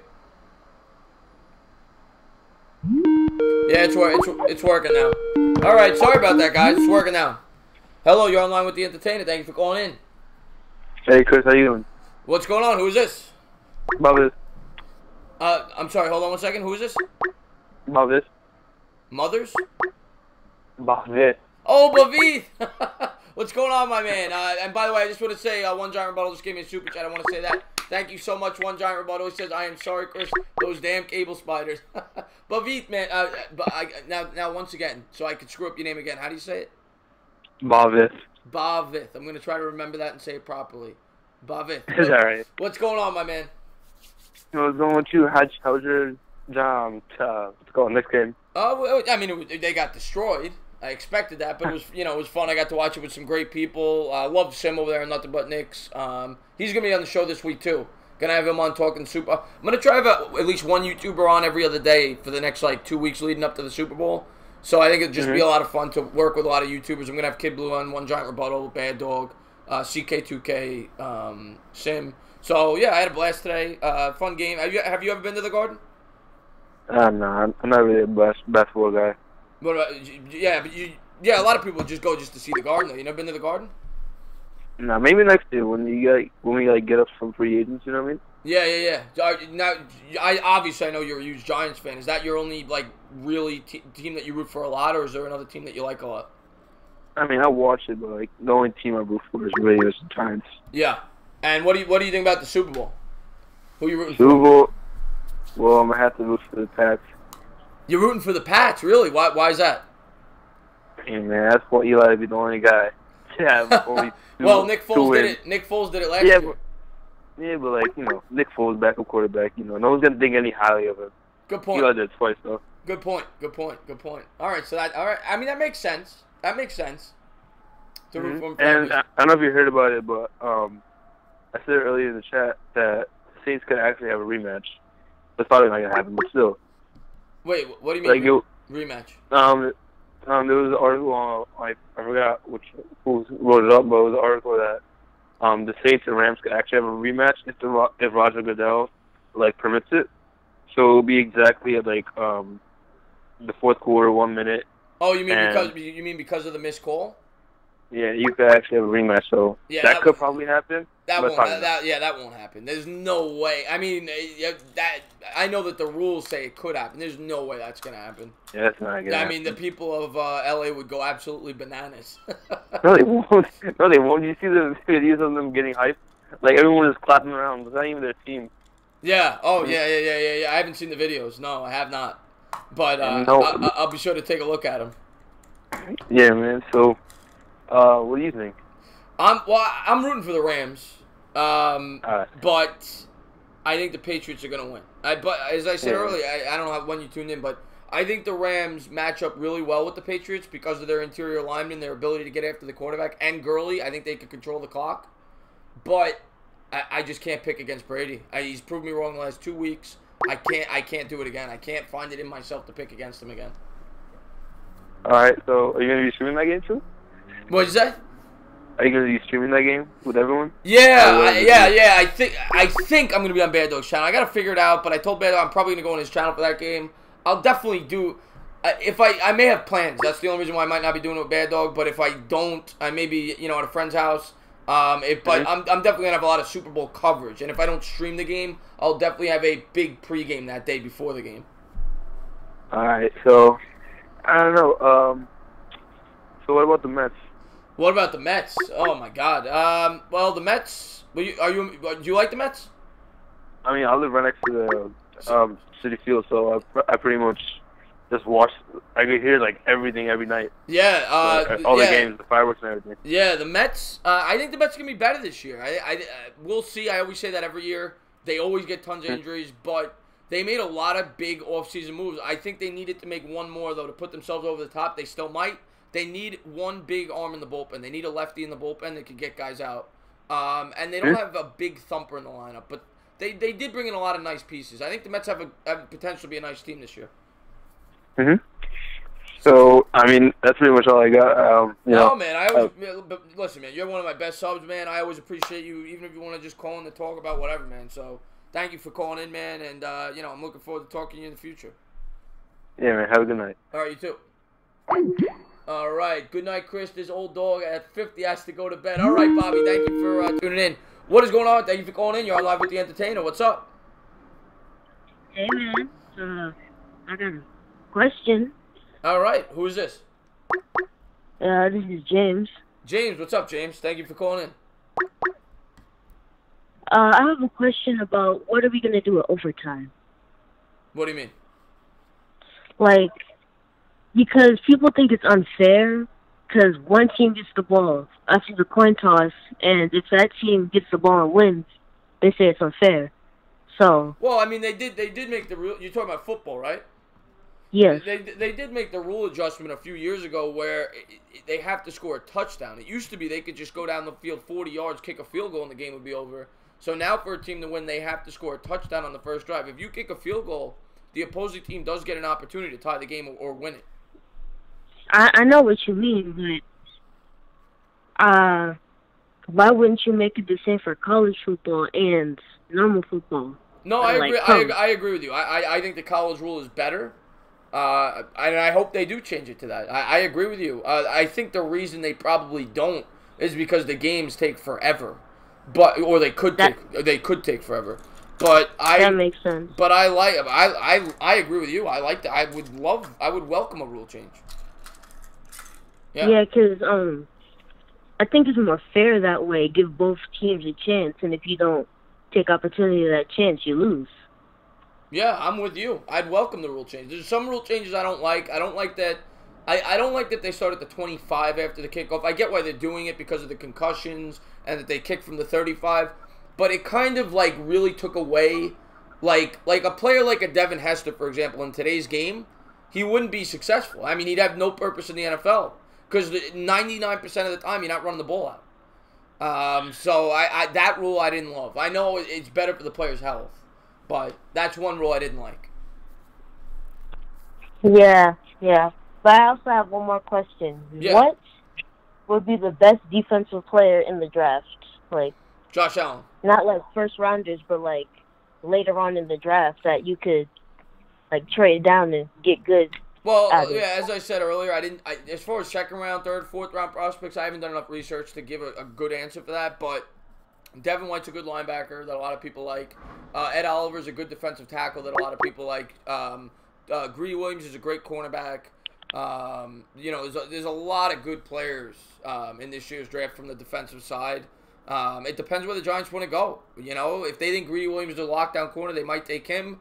They could take, they could take a lot of guys. They could take the D tackle, the Williams guy from Alabama that I was talking about earlier, Quinnen Williams. That's what's good about this draft. There's a lot of defensive talent that the Giants are going to have there at number 6. There's a lot. Okay. I guess this is where you're going to ask me who's going to win the Super Bowl. That's what I'm going to do. Who's going to win the Super Bowl? I got the Rams, actually. I think they can shut down Tom Brady.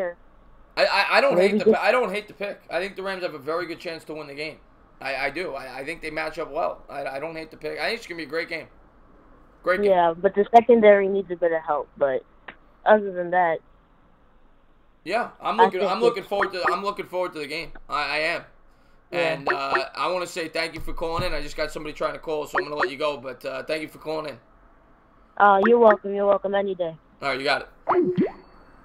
What's going on? You're on live with the Entertainah. Thank you for calling in. Yo, Entertainah, my man. How we living out there, baby? Is this my Jaguar buddy, Christopher Columbus? You already know it, brother. You already know it, man. What's going on, my man? How you doing, buddy? Hey, my man, I saw that chat was getting a little bit quiet in there. I want to give you a buzz and see how you were doing over there, man. Yeah, I appreciate you calling in, man. What did you think of the championship games? Which one? Both. What did you think? You know, man, I was really pulling for the Rams. I was glad to see them take the W, but at the same time, man, I saw a lot of the same way my Jags got screwed last year by the Pats. You know, for some poor officiating calls. So, yeah, man, it was kind of unfortunate to see it go down like that. But I mean, hey, you know, hindsight's 20/20. You know, it's can't go back in the past. You know, you just kind of got to live with the current. So it is what it is, man. You know, I would have liked to see some better calls, but hey, man, it is what it is. Yeah, I mean, as I said, I couldn't imagine being a Saints fan today or yesterday. I mean, that was brutal. That was absolutely brutal yesterday. And the Patriots, the same story. I mean, the officiating wasn't good in that game either. With the Chiefs. Yeah, man, I was really hoping to see the Chiefs pull that 14-point upset I was talking about, but yeah, came up a little bit shy on that. But still a pretty damn good game to say the least. It's unfortunate, the refs, eyes weren't as keen as they should have been, but hey, man, everybody makes mistakes, maybe it is rigged, what can you do, man? What can you do? I don't think it is, but I mean, I definitely get people who question it for sure. But it was unfortunate, but they were two great games. I'm really looking forward to the Super Bowl. I think it's going to be a great game. But I just can't stand. I'm sick of Tom Brady. I'm sick of the Patriots. I recognize they're great. They're the best in the world. You're telling me, bud. You are telling me, man. I mean, what is it, like their 8th consecutive run or something like that this year? Yeah, it's just I want something different. I was really pulling for the Chiefs, and I will say this: the Chiefs really shouldn't have even been in that game. I mean, the Patriots manhandled them in the first 2 or 3 quarters, but the Chiefs were able to score very quick. You know what I'm saying? Like the Patriots had that game, and it was the same story as the Saints game. The Patriots they were controlling that game, and they just let the Chiefs hang around, and the Chiefs almost made them pay for it. Yeah, it's really unfortunate to see it go down like that. But hey, man, the Pats are the Pats. They are who they are. They're one of the best teams in the industry. Unfortunately, I would love to see somebody else, and I would even love even more. I know I've heard a couple people talk about it, to see a possible change of divisions. What do you think about that? Ooh, I mean, I get where you're going with that, because the Patriots have really benefited from playing in a very weak division. I assume that's why you're bringing that up. I mean, I just don't see it happening, because I look at it like this. I mean, look at all the historical rivalries that are within divisions. Like, why would the NFL want to break up the Eagles versus the Cowboys? You know what I'm saying? Or the NFC East rivals, the NFC North rivalries, Bears, Packers. I just don't see it. I don't really see it, to be honest, either. It's just something I would like to see. You know what I'm saying? As far as just like a spectating of the sport, it'd be kind of nice to see like a change in that kind of scenery. Because I mean, come on, man, 8 consecutive times. Like, come on, man, something's got to change, brother. I'm as sick of it. I'm as sick of it as you are, and as unpredictable as the NFL is, and it is true. Every year, there's 15, 20 teams that have a shot to win a Super Bowl. But there's always one constant. The last decade, the Patriots are always there, no matter what. And I'm getting sick of it too. I want change. I want it to be. I'm sick of it too. But as everyone says, you got to beat the best, and usually no one beats them. Yeah, man. Maybe a couple of years once we get Brady out of there, maybe we'll have a lot better shot. But hey, man, while we're talking about the Patriots, I want to thank you personally. I know everybody in the chat wants to thank you personally for taking away that Patriots for Life wrench, man. Hey, that was much appreciated, brother. That little son of a bitch was pissing a lot of people off, man. Yeah, I saw that, and then he, I don't know if you were here at the beginning of the show. I think he prank called me. He said he called in and he screamed Patriots for Life or something, and yeah, I'm getting a little sick of that kid. I'm sure he won't be around my chat much, because the Wrench King will probably kick him out as soon as he enters going forward. Oh man, Sperm Cell beat me to it this time, man. I was laughing my ass off as soon as he timed him out when he was running his mouth. Hey, yeah, but thank you, man. I appreciate that. I'm not gonna take up too much more time. I know people are trying to call in. You know, you got hella fans. You know, I'm the biggest one. You know, they gotta recognize that. You know what I'm saying? I'm out here in Cali. I'm putting it down. But you're the man. Yeah, man, let's get back to your chat, brother, You're man. the man. I always appreciate you whenever you tune into my videos and my streams. So thank you for being a big part of my channel. You too, brother. Hey, man, let me give you one last stand up, baby. There it is. There it is. There's Christopher Columbus. He sailed the ocean blue in 1492. Let's see what we got here. What is going on? You're on live with the Entertainah. Thank you for calling in. What is up, man? What's up? Who is this? Nations. Nations. What's going on, my man? Yeah. What's up? How you doing, buddy? Thank you for calling in. Doing pretty good. All right, so basically, I wanted to talk about like free agency and the draft going forward. Okay. So obviously, you know, the free agency is going to shape like who we pick up in the draft and all of that. But looking into free agency and who would you go for? Like, would you make any big signings or would you keep it at a minimal? Like, what would your budget be, or like, what type of players would you target for? Well, I think. I mean, of course, it's simple for me to say that they should sign Clowney, they should sign D Ford, that they should sign all these pass rushers that are available because we know that is a huge need for the Giants. There's not a lot of great offensive linemen there to target. I'm going to go more in depth in my videos. But the thing is, the Giants don't have that much space. They don't. They're going to have about $25, $30 million to spend in free agency. About 25. That's what I figure. It could be more if they make some cuts. But if you make those cuts, you got to replace those players. You got to remember that. So it's like, you know what I'm saying? So I think they're going to have about 25, we'll say $30 million to spend. And I don't think they're going to bring any big. They might bring in one. They might bring in one big name.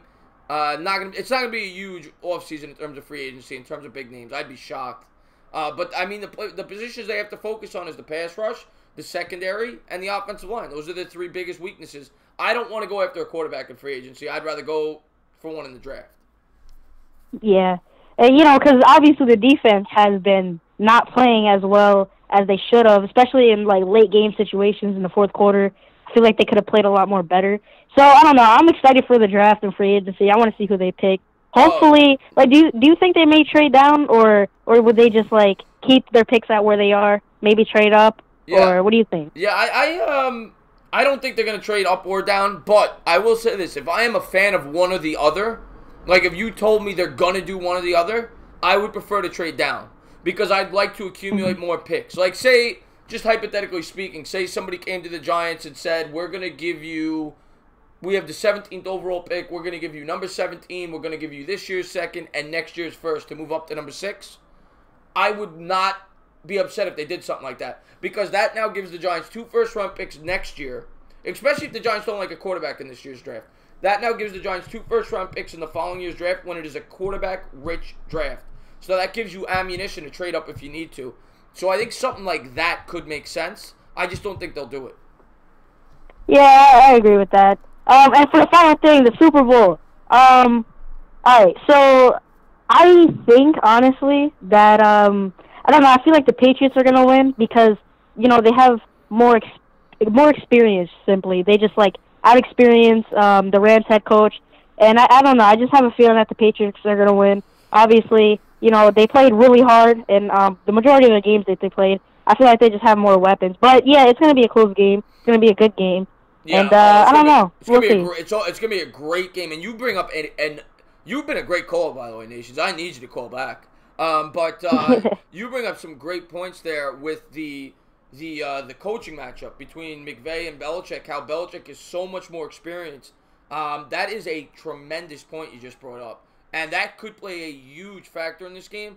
And you never want to bet against Bill Belichick when he has 2 weeks to prepare. Yeah, we've seen it time and time again. But, yeah, so I know a lot of other people want to call. But, yeah, I guess I'll go now. But it was nice talking. Hopefully, I'll see you in the future. Yeah, on another call. I'm going to be doing these shows a lot more often. I'm going to try to do 2 a week, so I'll be doing them a lot more often. All right. And I'll see you in the future. All right, buddy. Thank you for being a great subscriber. All right, what's going on? You're live with the Entertainah. Thank you for calling in. Hello. What's going on? Who is this? Sam. I'm sorry, who is this? Sam? Sam who? Sam Dog? No. Okay, well, what's up, Sam? I just wanted to hear your opinion on Ben McAdoo when he came out and said he tried to trade up for Patrick Mahomes at 10, and Jerry Reese didn't let him. I mean, obviously, hindsight 2020, I would have loved to have gotten Patrick Mahomes. Yeah, I mean, Jerry Reese was a horrible general manager. I'll be the first to tell you that. Of course, he had that great first draft class when we won the Super Bowl. But Jerry Reese overall was an awful general manager. I mean, he got lucky with Victor Cruz, the unsigned free agent. That's really what sparked our run for the second Super Bowl run.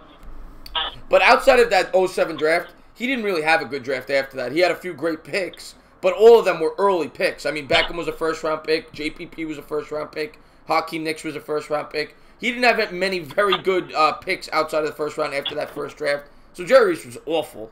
And, I mean, of course, if Mahomes was on this team, it would be a much different team right now. Yeah. Wasn't his last 3 years in the draft, he hit on Odell and then missed on Eli Apple and Eric Flowers. Yeah, he missed on Flowers. He missed on Apple. Pugh was pretty recent. He missed on him, a first-round pick. He was just he was horrible. I mean, Landon Collins was a good pick. That was very early second round. But overall, he was the worst. He was horrible. Awful general manager. I'm glad he's gone. And I'm very happy Gettleman's here. Now, do you think that since Dave Gettleman drafted Darrell Williams in the 4th round in Carolina, he'll most likely try to go after him? That's actually a good point you bring up. He has shown, since he's been here, he has gone after players that he's had on his former teams. He did it this year with Russell Shepard. He did it with Jonathan Stewart. So that's a good point you bring up, and he very well may. That's a great point you bring up. Yeah. I could see that. This year, if Josh Allen's available, I don't care.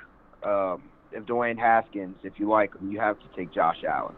Oh, Josh Allen to me is a no doubt. He's not going to be there. He's not going to be there. But if he ever was, they would have to take him. And he's a player that I would trade up for. I think he's that big of a difference maker. I love him. I love the kid. I don't think they will trade up, but if he was there, in a second. Yeah, the only way I can see him being there is if two teams trade up for quarterbacks. Yeah, exactly. That's the only way. And even then, I don't think he'd be there. But that if two quarterbacks went in the first 5, then I guess it's a possibility. If that's what we're hoping for as Giants fans, if you don't want a quarterback, you want Kyler Murray, you want Haskins or Murray to go in the top 5 because then you're going to get the 4th best available player that's not a quarterback. So you're either going to get like a guy like a Quinnen Williams, you're going to get a guy, you're going to get somebody. Somebody's going to drop to you, so that's what you want. If you don't want a quarterback, that would be perfect. And last thing, I want the Rams to win, but I don't think you could bet against Brady. I agree with you. I mean, Brady's too good in the big game, and as I said before, I think it was the last call. I mean, nations, yeah. Belichick with the extra week to prepare, it's hard to pick against them in a Super Bowl. Yeah. All right. Well, that's it. Yeah, man. Oh, great call, man. Anytime you ever want to call back in, please do. That was a great call. Thank you for calling in. All right. Have a nice night. You too. All right. We'll be taking some calls. We'll probably go to about. I might go to 10 if it keeps staying active. It's 9:12 right now. Cooper says Miami is a team who might trade up for Murray. That's a good one, Cooper. That could happen. Kyle Murray, Bad Dogs long lost son. Alex Coates, can I call again? I'm gonna give it. I'll give it to like 9:50. I'll give it 3 more minutes. If you know what, Alex, the last like 20 minutes, Alex, I'll let somebody who called me before call in. I'm gonna go till 10. But what's going on? You're on live with the Entertainah. Thank you for calling in. Hey, it's Stuck in the 80s. Stuck in the 80s. What's going on, buddy? Great YouTube channel. If you haven't done so, I always say it. Sub this guy. I love his channel. What's going on, buddy? Yeah, it's so weird. I got the stream up live here, but it's like watching a Japanese monster movie or Bruce Lee movie because your mouth is not matching your words on the phone. Oh yeah, that's because there's a delay with the stream, yeah. What's up, man? 0-2 with my picks this weekend, which I believe you were as well. Yes, I was. Both home teams lost. I mean, I don't know the numbers in front of me, but I mean, I'm curious to know the last time that happened in the championship games where both home teams lost. It's rare. Oof, I have no idea, dude. Yeah. It's very rare. So, I got a little bit of Giants trivia for you tonight, and then a statement at the end.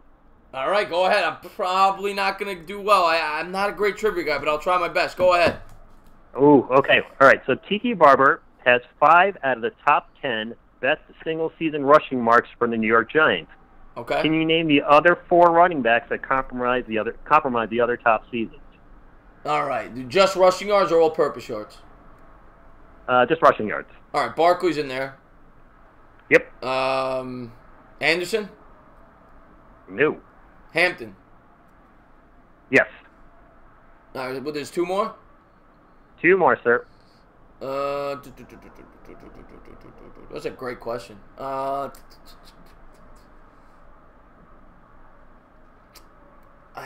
want to say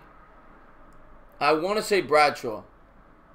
You are correct with Bradshaw, so you got 1 left, and he compromises 2 out of the top 10. Okay. Trying to stump the Entertainah here on a Monday night. I'm guessing he's before my time. Right around your time, if you want a little clue there. Okay. I said Hampton. Barber. You might not have been watching, but you were alive. I know I should get this. God. And it's not Otis Anderson. It's I know the name, and I know he's a great running back. I just can't. I know I should get this. Go ahead and tell me. I'm not gonna get it without thinking for a while. Go ahead. There, I'll throw you a clue, brother. It rhymes with Mo Joris.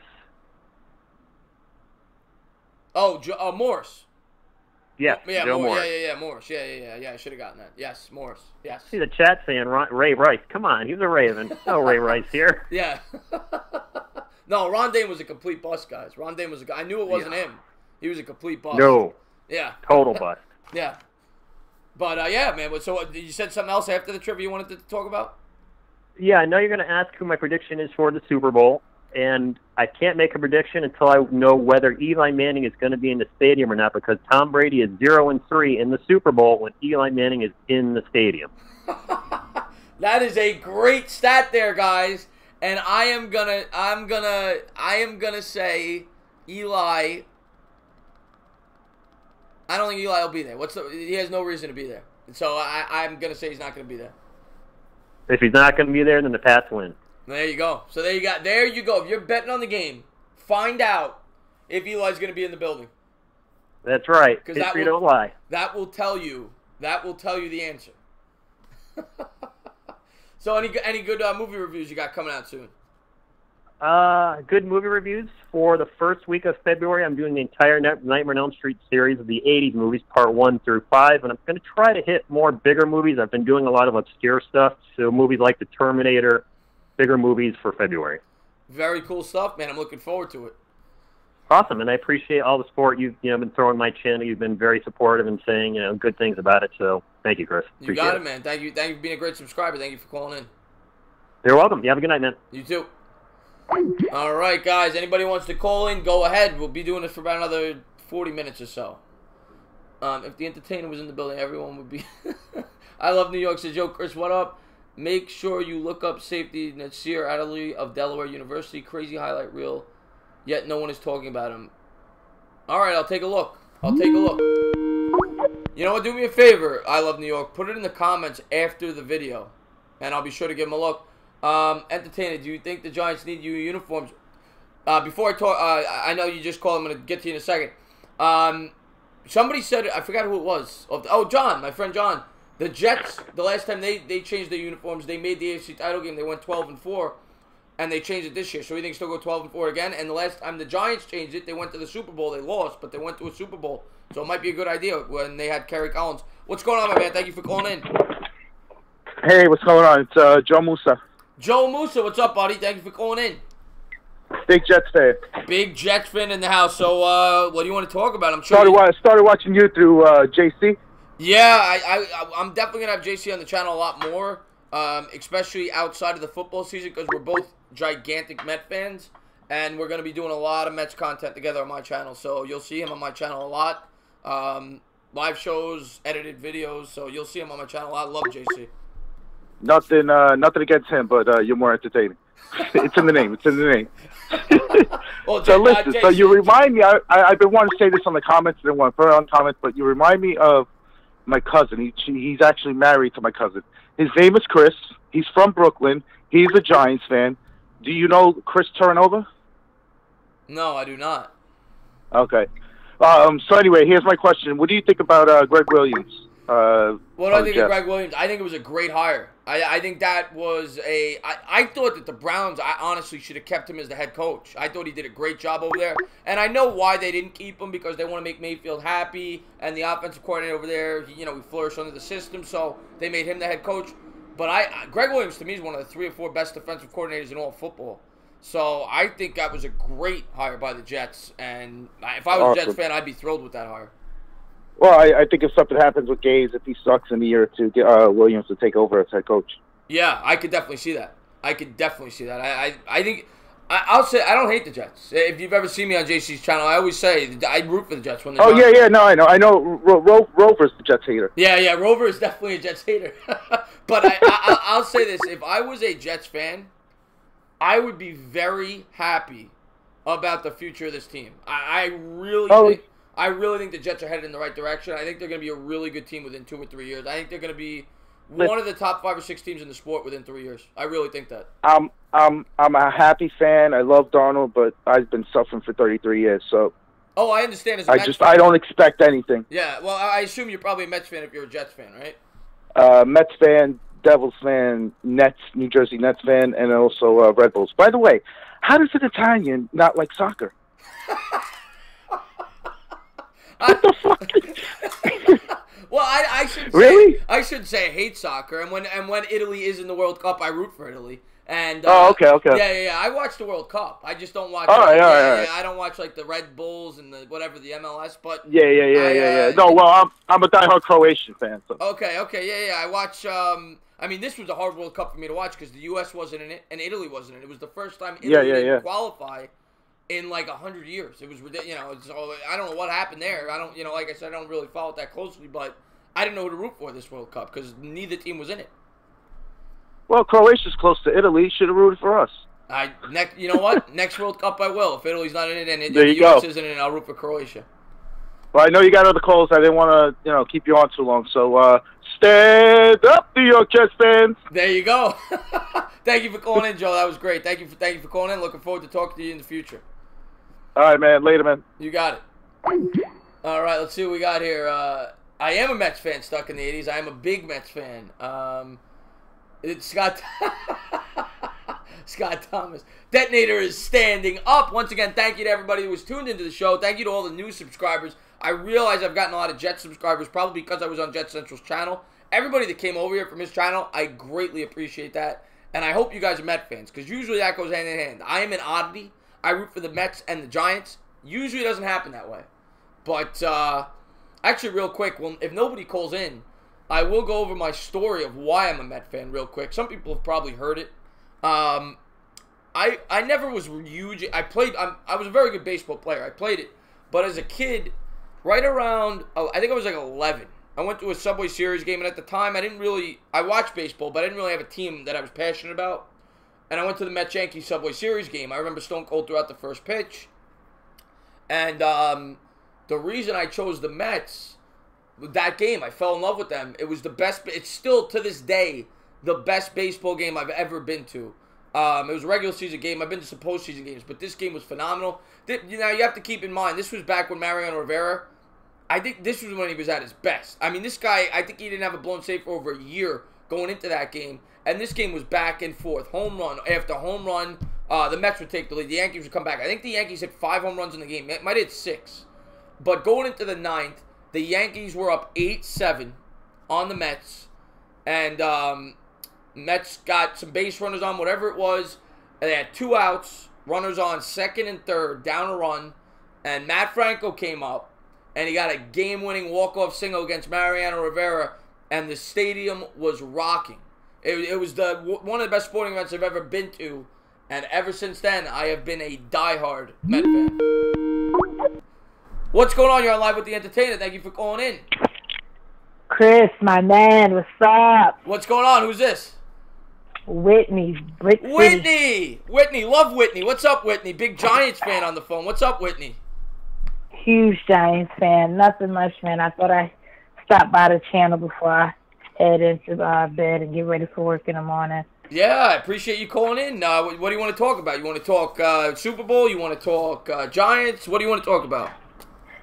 I first want to mention, I think it was not the last caller that just hung up, but the one before him. Yeah, I was talking about your scoreboard. So far, I've been good because I've rooted for the Rams against the Cowgirls. I've rooted for, I think it was whoever played the Eagles. I rooted for the Eagles that first round. Wait. You rooted for the Eagles? Well, when they went against the Bears. Oh, you don't mean you picked them? You mean you weren't rooting? Yeah. For them. Yeah, you picked them. Yeah. Yeah. Okay. Yeah, I picked them, and then I picked L.A. and I picked L.A. again against the Saints. But I don't know about the Patriots. Everybody has praised him because he's had experience. Experience don't guarantee anything because at the end of the day, I cannot respect a man who lost to us twice. Right. I Okay. just can't do that. Okay. All right. So you're gonna ignore all of his 5 Super Bowls. You're gonna say I don't respect that. It's not even about ignoring. Granted, yeah, he's won them, but at the same token, the ones that he should have won, he didn't. You know what I'm saying? So is he really that good, or does he? Is it just certain teams that he could really beat? You know what I'm saying? I think he's pretty good. I think you got to give him some credit there, Whitney. I think he's pretty good. I'll give him a little credit, but at the end of the day, we got him 2-0. So you're damn right. You're damn right. I can't give him too much credit, And then on top of that, you lose to another NFC, another NFC team, and that's in our, division. I mean, I just think maybe it could be just the division itself because he can't win. I will say this, and I give Tom Brady all the credit he deserves. I say he's the best ever. He's won 5 Super Bowls, been to 8. But I always say this, and now 9 now. I always say this, Brady, there's no doubt, even the biggest Tom Brady supporter cannot deny that Tom Brady benefited greatly over the course of his career from the division that he played in. Because every year he had a guaranteed 5 wins. You knew he was going to win 5 out of his 6 divisional games because he had such.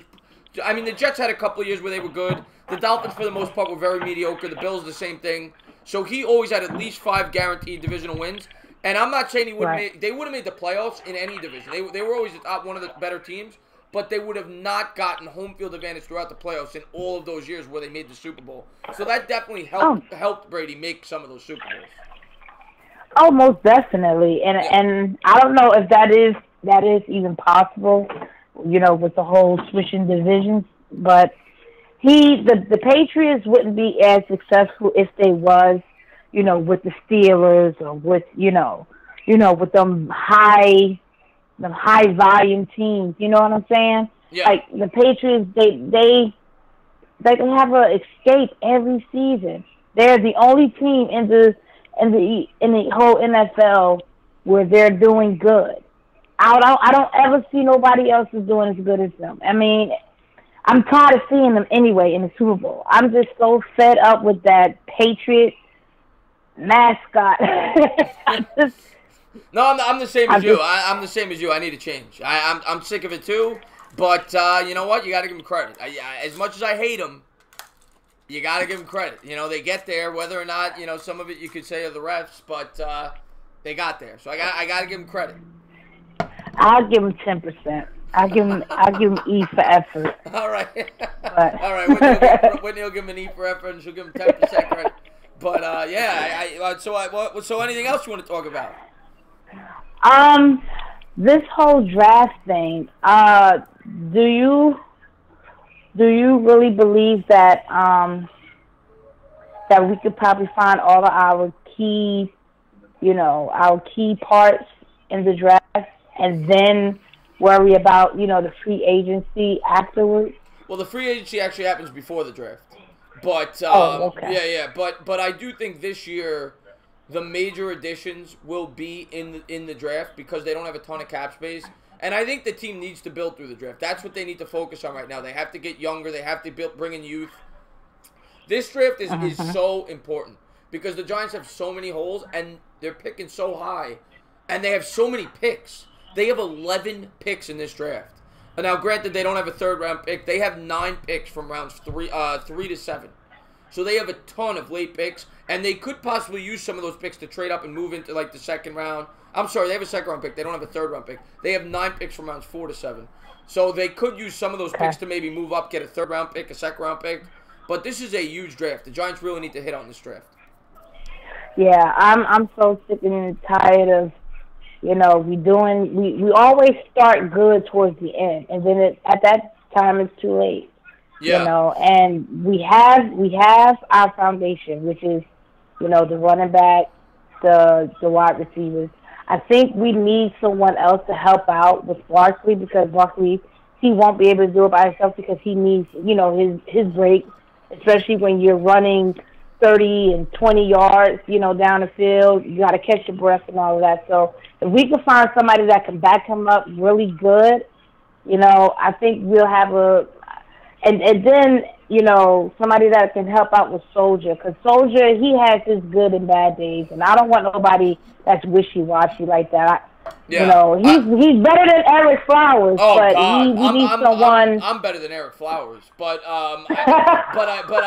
but I will say, as far as what you said, I think Gallman is more than sufficient to back up Barkley. I think he's a pretty good running back. I actually think they should use Gallman a little more, but I like Gallman. Okay. Yeah, I think he's a pretty solid. As far as the offensive line goes, they definitely need to address that. I mean, I think they need to re-sign Brown. I think he did a pretty good job for the Giants in the second half of the season. He's a free agent, but I think they'll bring him back. And I do think that they need to use either the first or second round pick on an offensive tackle. Yeah, yep, and I'm with you on that. And I'm not agreeing with you because you're a Giants fan, but everything that you say is it's common sense. And no offense to, you know, and anyone else that, you know, you YouTube with, but you're the entertainer for a reason, you know. I can relate to you, you know. I can relate to you because you just keep it live, you keep it energetic, and that's what being on the internet is all about, you know. Well, I appreciate that, Whitney, and I always appreciate whenever you check out my videos, you come to my streams. I appreciate it. You're a great subscriber. Thank you. I appreciate that. I'm going to let you go ahead and go. All right, Whitney. You have a great night. Get some sleep. All right. You too. All right. All right, let's get to the chat here before somebody else calls in. I see John Smith's in the chat. What's going on? Look what Nelson did for the Colts. Nelson was fantastic for the Colts this year. I'll tell you, I think you're a Jet fan, Brandon McNeely. That trade was fantastic for the Jets, for both teams. I think it's going to work out for you with Darnold, and I think it's going to work out for the Colts. Sperm Cell, real quick, before I answer you, thank you for calling in. Sperm Cell, I'm at 9:40. I'll let people call in for a second time, and then I'll go to about 10. I know Bad Dog, I think, is going live at 10, so I'm going to get off that. Plus, I want to hang out with you guys over there, so. But I'll go to 10, 9:40. I'll start taking second-time calls. What's going on? Thank you for calling in. You're on live. Oh, it's Alex Cohen. Should I call back? You just said. Oh, you already called in today? Yeah, should I call in like 10 minutes? No, I mean, you're already on the line. You can talk. Go ahead. All right. What's up? So, the Bucks have the 5th pick. Do you think they'll take a quarterback? Rational thinking would say yes. Jameis Winston hasn't done good, but with the hire of Arians, a lot of people seem to think, because Arians is a great offensive mind, and he seems to think that he could fix Jameis Winston. So, yeah, from what I'm reading and hearing, they're going to stick with Winston. They're not going to take a quarterback, but you never know. But it doesn't sound like they're going to take a quarterback. Yeah, I don't think they need one, really. Oh, I mean, Winston has not been that good, but, I mean, no. But we'll see. I mean, I'll say this. Arians, to me, is one of the best offensive minds in football. I think it was a great hire by Tampa Bay. And I think if there's anybody that could get Winston going in the right direction, he's one of the prime candidates. I like Arians a lot. Bruce Arians? Yeah. Oh, yeah. Is he the coach now for the... Yeah. Yeah. I thought they... Oh, okay. And do you think Eli will play another season? Do I think Eli will play another season? Yes.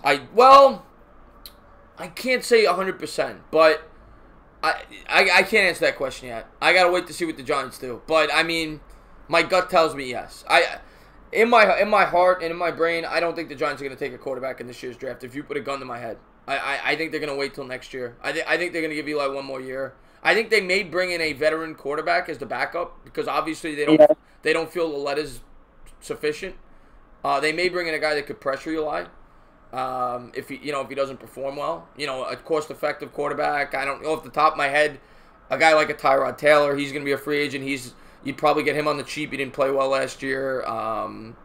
Someone like that, But yeah, I see playing next year. I think I personally I wouldn't be surprised either way.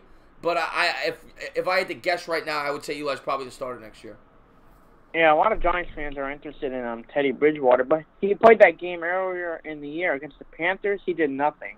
It's like the last game of the season. He did absolutely nothing. Well, I'm not a huge Bridgewater guy, but I do see what people like about him. Bridgewater, when he played, was a decent quarterback, and he didn't have any weapons outside of Adrian Peterson, and he played for the same exact system. He played under Pat Shurmur. So people think he'd fit well in the system. I'm not a big Bridgewater guy, but I do see why people think it could work. Yeah. But I'm going to let you go because I'm sure there's people trying to call in, but thank you for being a part of the channel. Thank you for calling in. No problem. See you soon. All right, my man. All right, guys. Anybody want to call in? Second time callers, just wait about 6 or 7 more minutes. Anybody that wants to call in, please call in. Otherwise, I'm going to talk to the chat. Did you eat hamburgers yet? Oh, he's talking to MH. I don't think the Giants are getting full Chip Kelly. I'd be surprised, to be honest. I really don't think so. No, Fitzmagic. No, I want no part of Fitzmagic. I don't want Fitzmagic. I think he played in a good offensive system there for Tampa Bay this year. They lost their OC. Of course, they got Arians, but... Hey, what's going on? You're on live with the Entertainah. Thank you for calling in. Yo, what's up, Entertainah? It's MH. MH, what's up, my man? How you doing, buddy? Big Knicks fan, big Met fan, big Giant fan. What's up, brother? I've been doing good. That game today was just, oof. That was not a good, that was horrible loss today. The Knicks? Oh, my God. Obviously I was there. The Knicks are so bad. But I will say there is light at the end of the tunnel because they're going to get more than likely a top 3 or 4 pick. You're going to have cap space. So we'll see. I just don't want them to waste that cap space. If you can't get Leonard, if you can't get Durant, don't waste your money. Save the money for the following free agent class. But they need to hit on this pick. And I think they will. I mean, it's going to be hard to miss if you have a top 3 pick in this year's draft. Yeah, I was going to ask you, out of the entire roster we got with the Knicks, who you think is untouchable between all the guys? Is it just Porzingis, or do you think there's other guys? Yeah, outside of Porzingis, no one. You're not going to trade Knox because he's young, he's on a rookie contract. But, if the right package came along, I would trade Knox. The one player that I wouldn't trade on this team under any circumstance, other than, something outlandish like Anthony Davis or Giannis Antetokounmpo. But, realistically speaking, KP's the only guy that's untouchable. Yeah, I agree with that. Yeah. We need to tell the story. We go a little bit back. We go a little bit back from nothing but Knicks. Yeah, I know we do. I know we do, man. I actually, when I first... So I always try to give Sim credit whenever I can. He's going to be on the channel this week or next week. Sim helped my channel out tremendously. When I first got on YouTube, I only had 300 subs. And he asked me to come on his show. And that helped me. I probably gained 500-600 subscribers from going on that show. So he helped my channel. I always try to give Sim credit when I can. Yeah, man, he's great. Oh, I was going to quickly switch topics to the Mets. Yeah, go ahead. Because I love the Mets, man. I think we're going to get the NL East. The crown. Not the entire crown. Probably going to get the division this year. I think. I'm very confident in this team. We got to stay healthy though. It's on rotation. I'm going to get to your Mets in a second. I just see GC in the chat, who's another guy over from Nothing But Knicks, and he's a Met fan too, and I always appreciate GC tuning into my streams. Great subscriber. He asked me, why is KP untouchable? What has he proven? All right, here's why, in my opinion, KP's untouchable. One, his ceiling is through the roof. He's 7'3". The guy could do anything you could possibly want. Two, he's coming off an injury. So you're never off an injury. You're not gonna get near what he is worth, and what he is worth is a ton. If he was a free agent, every team on the market would be willing to give him a max deal, in my opinion. And you're not going to get near what he's worth.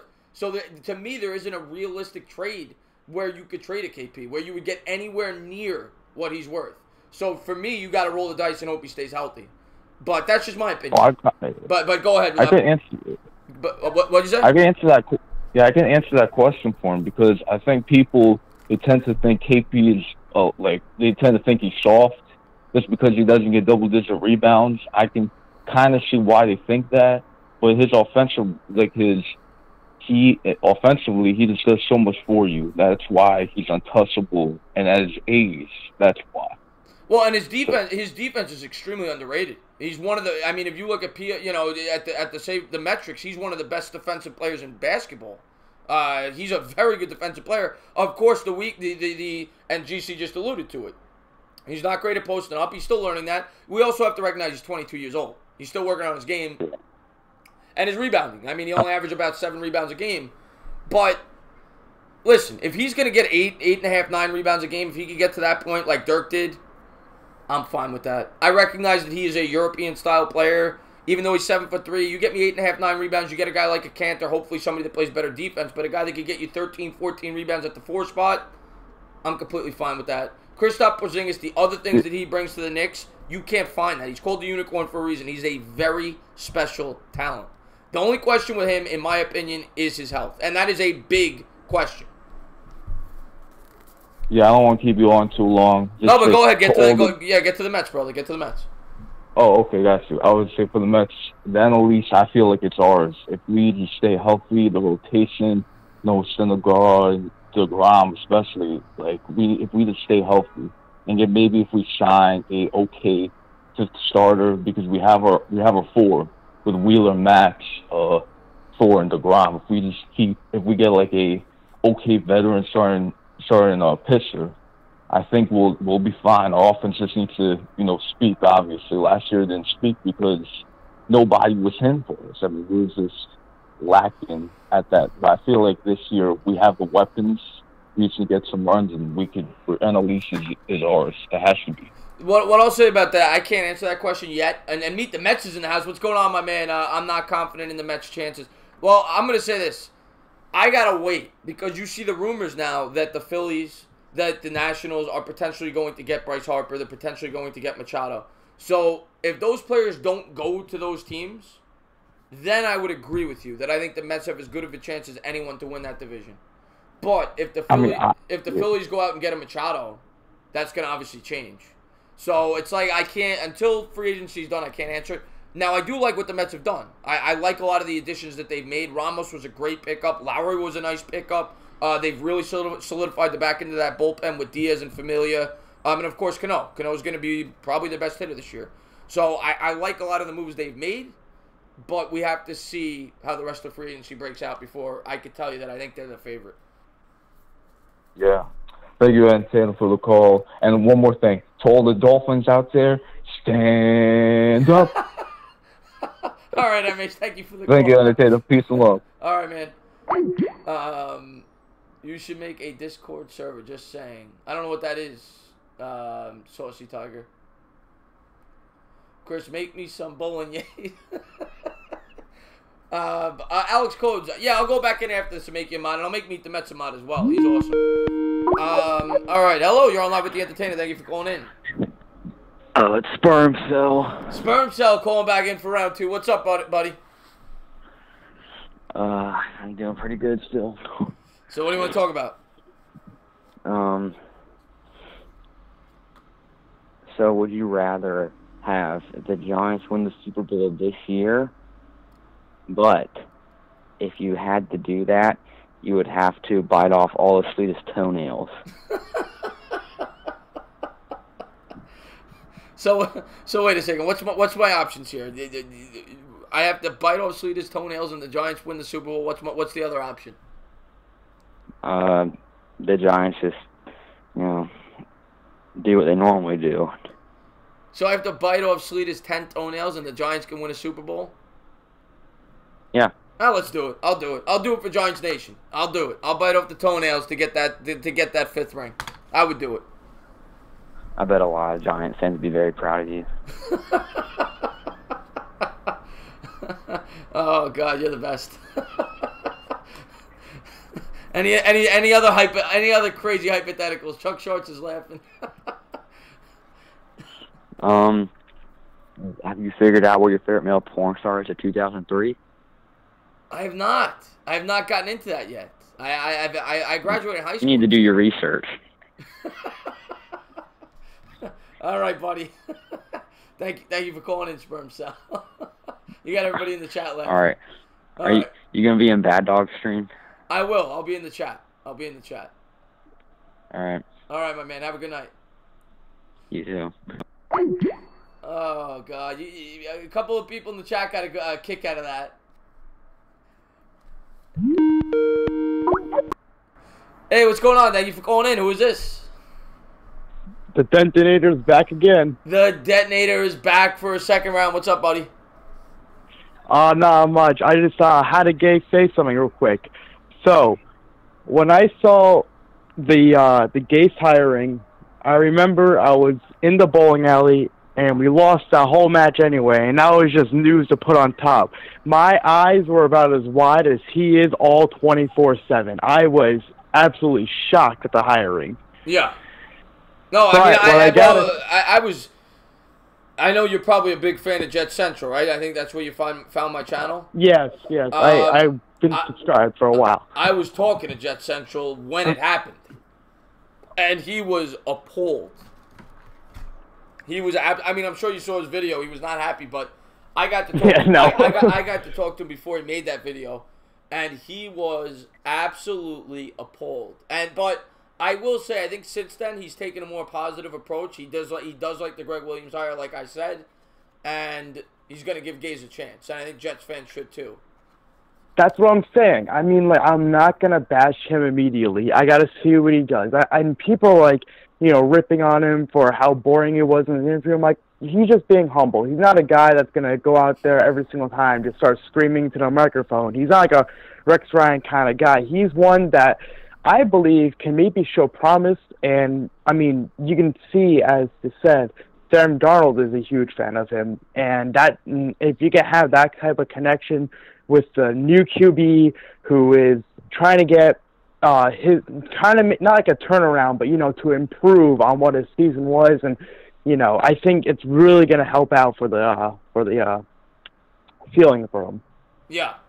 No, I agree with you. I think just Jet fans have to be patient with him. I mean, we'll see where it goes. I know a lot of Jets fans were upset with the hire, but you got to give your coach a chance. I mean, you got to hope that. I mean, and I'll say this as a Jets fan, I wouldn't be too confident. I mean, you guys have screwed up a lot of things in the past, and I know it as a Met fan, we screw things up all the time. But you gotta be patient. You gotta be patient. You gotta see how it works out. And I think you guys are gonna have a fun season out of you because I think you're gonna spend a lot of money in free agency. I think you're gonna bring in some big name players, and we'll see where it goes. I'm excited. Yeah. I'm excited to see where the Jets go next year. Yeah, me too. I mean, I've been saying 19-0 for the past 3 seasons. I've been wrong every single time, but I put all my money on it and I just get failed every single time. Yeah. Well, I would be hoping for 8-8. Baby steps. Yeah, no, baby steps. Of course. If we even made playoffs, I don't even care whether we got knocked out in the first round or anything.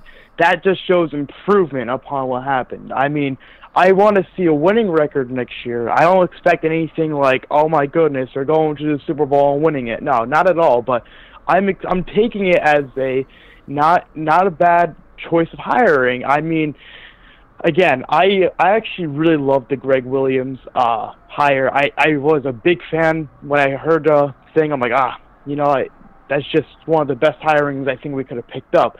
But at the same time, I just say you have to be patient. Yeah, what you're saying. I'm with you. I gotta be patient, and it's that's one thing I really commend the Giants for. Traditionally, they're very patient with their coaches, and that's why since I've been watching the team, you know, I mean, I watched a little bit before Fossil, but I really got into them around Fossil. So I've only gone through four coaches now. This is now the fourth coach. So, I mean, they're very patient with their coaches. I had Fossil, then I had Coughlin for a long time. Then, of course, McAdoo didn't do well, and now we have Shermer. But that's one thing I will say about the Giants. That's one thing I really commend them for, that they are patient with their coaches.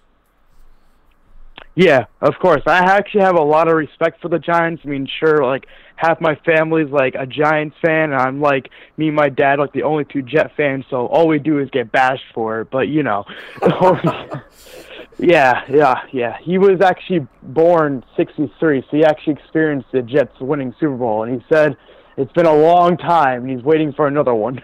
Well, you might get one. We'll see what Donald does for you guys. But I want to thank you for calling in. I'm only going to be on for about another 15 minutes, so I want to hang up to try to get a few more people on. But thank you for being a part of the stream. Thank you for calling in, buddy.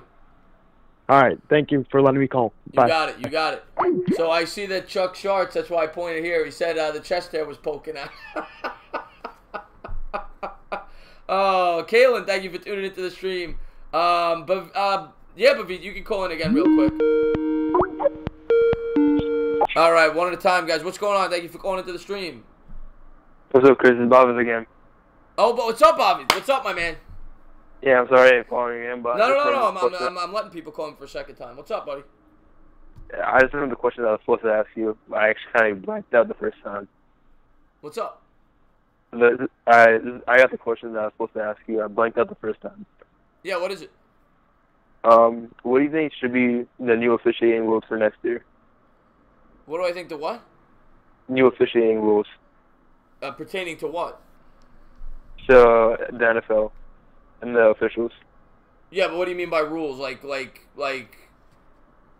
rule changes and stuff like that.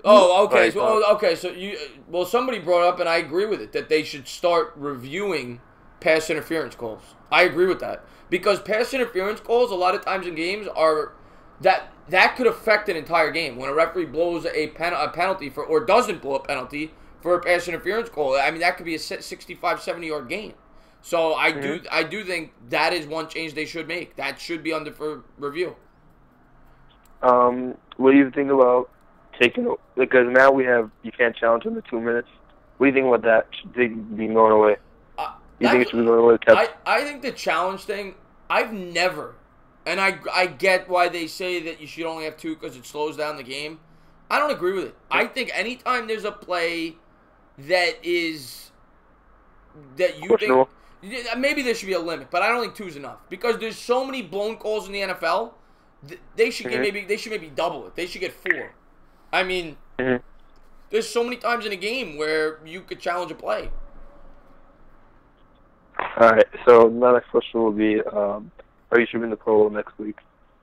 What about the Pro Bowl? Am I streaming it? Yeah. I mean, people have asked me that.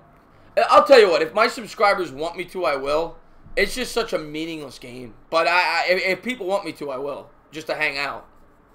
I mean, maybe I would rather say you just have a call-in show, maybe have the game in the background. Maybe I'll do that. Yeah, maybe rather than streaming the actual game, I'll have a call-in show. That sounds more fun. Maybe I'll do that. You know what I'll do? I will do that. I will do that. I'll do that. All right. That's my take for now, but have a good night, bro. All right, my man. Have a good night. Do it for Goat Quan. Talking about the Pro Bowl, I'm guessing. I may do a video on the Rookie of the Year. I was thinking about doing that. I got a few videos I got to do, and I'm off tomorrow, so I'm going to bang out like 3 tomorrow, I'm hoping. But I may do a video on the Rookie of the Year between Saquon and Mayfield. Yeah, I'll probably stream it, Scott. Just have some callers call in. But yeah, guys, I'll be taking calls for about another 10 minutes. You got it, Detonator. Thank you for being a part of the stream. Hey, what's going on? Thank you for calling in. You're on live with the Entertainah. Hello? All right, we got a call and a hang up there. Go ahead, whoever just tried to call in, please try to call in again. Yeah, the Pro Bowl's the worst. It's the worst, but I'll do it. If people want me to, we'll just hang out. I'll do a Pro Bowl stream. And maybe just take callers. I don't know. We'll figure it out. Yeah. Guys, got about another 10 minutes. Anybody wants to call in, please go ahead. Another thing I think I'm going to live stream when I can. I don't know if my work schedule is going to permit it. is gonna be the combine.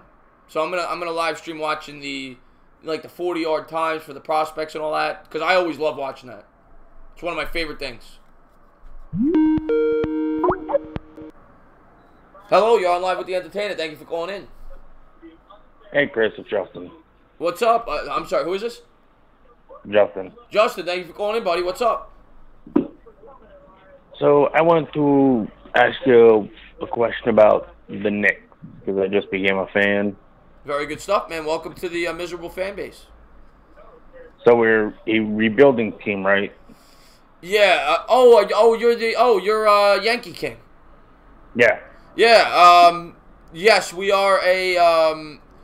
We're always rebuilding. That's the problem. But one thing I'll say about the Knicks, I personally think it's a good time to become a Knicks fan, because they're going to have a ton of cap space in this year's upcoming free agency, and they're going to have a top pick in a year where there's a lot of really good prospects. So the Knicks are going to end up with either a Morant or Zion Williamson and R.J. Barrett. They're going to get somebody who people think are going to be an all-star at the next level in this year's draft. You're also going to have Kevin Knox, who's going to have another year under his belt, who I think will be a pretty good pro. And you got Porzingis. And you got cap space. So I think they're going to bring in a big free agent, too, to go along with that nucleus. And I think the Knicks are going to be a really good team within 2 years. I think they're going to be a really good team within 2 years. Next year, they could be pretty good. 2 years, I think they're going to be very good. All right, that's what I wanted. So I picked the right New York team. Yeah, well, the Nets. I'll tell you, the Nets got a lot of cap space too. The Nets got a lot of cap space too, and they're playing well, and they got a good coach over there. So, but I mean, pick the Knicks. Nobody cares about the Nets.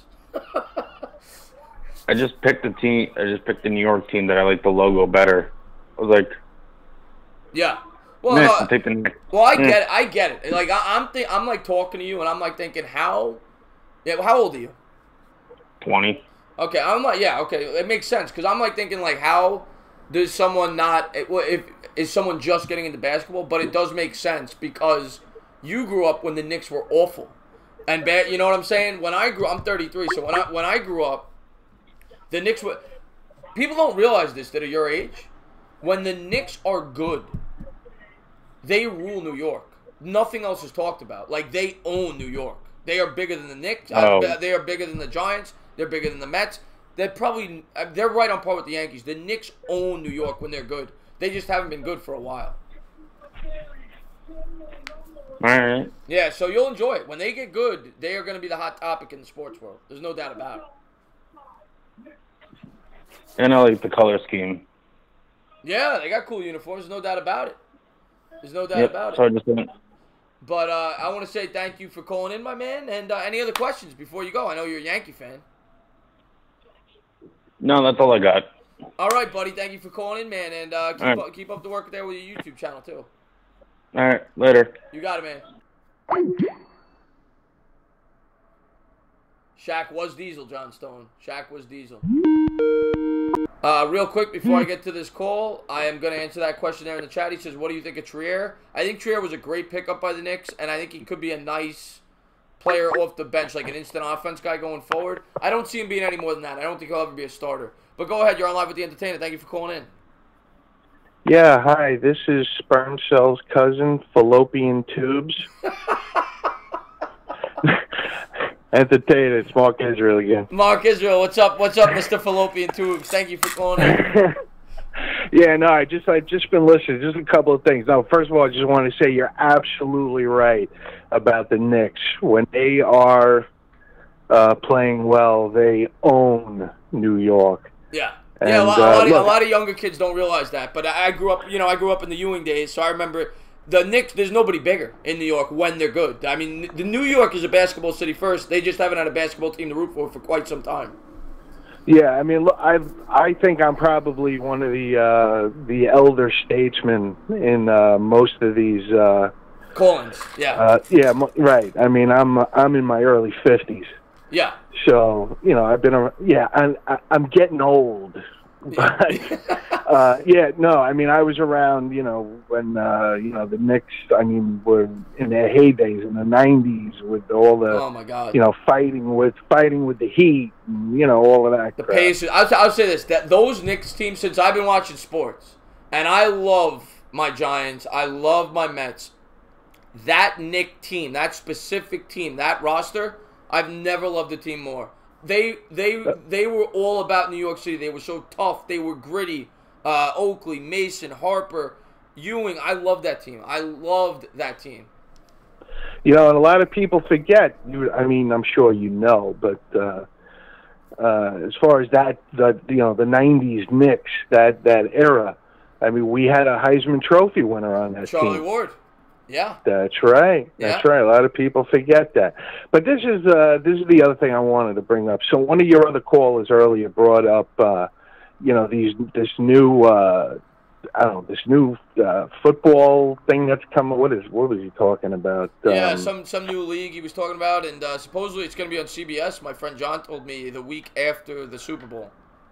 Okay, so this is something that's going to happen. Yeah, it's going to be on CBS, and he said that one of one of the former quarterbacks that the Jets just let go of, that you guys McCagnon. No, not McCagnon. Hackenberg. Hackenberg is in the league.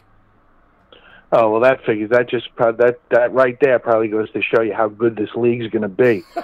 but I mean, I guess what I'm trying to get at is this new league. I'm sorry, what was it supposed to be called? Do you remember? I can't remember off the top of my head. Okay, yeah, either can I. But this league and the XFL that's starting in 2020, Vince McMahon's big deal again.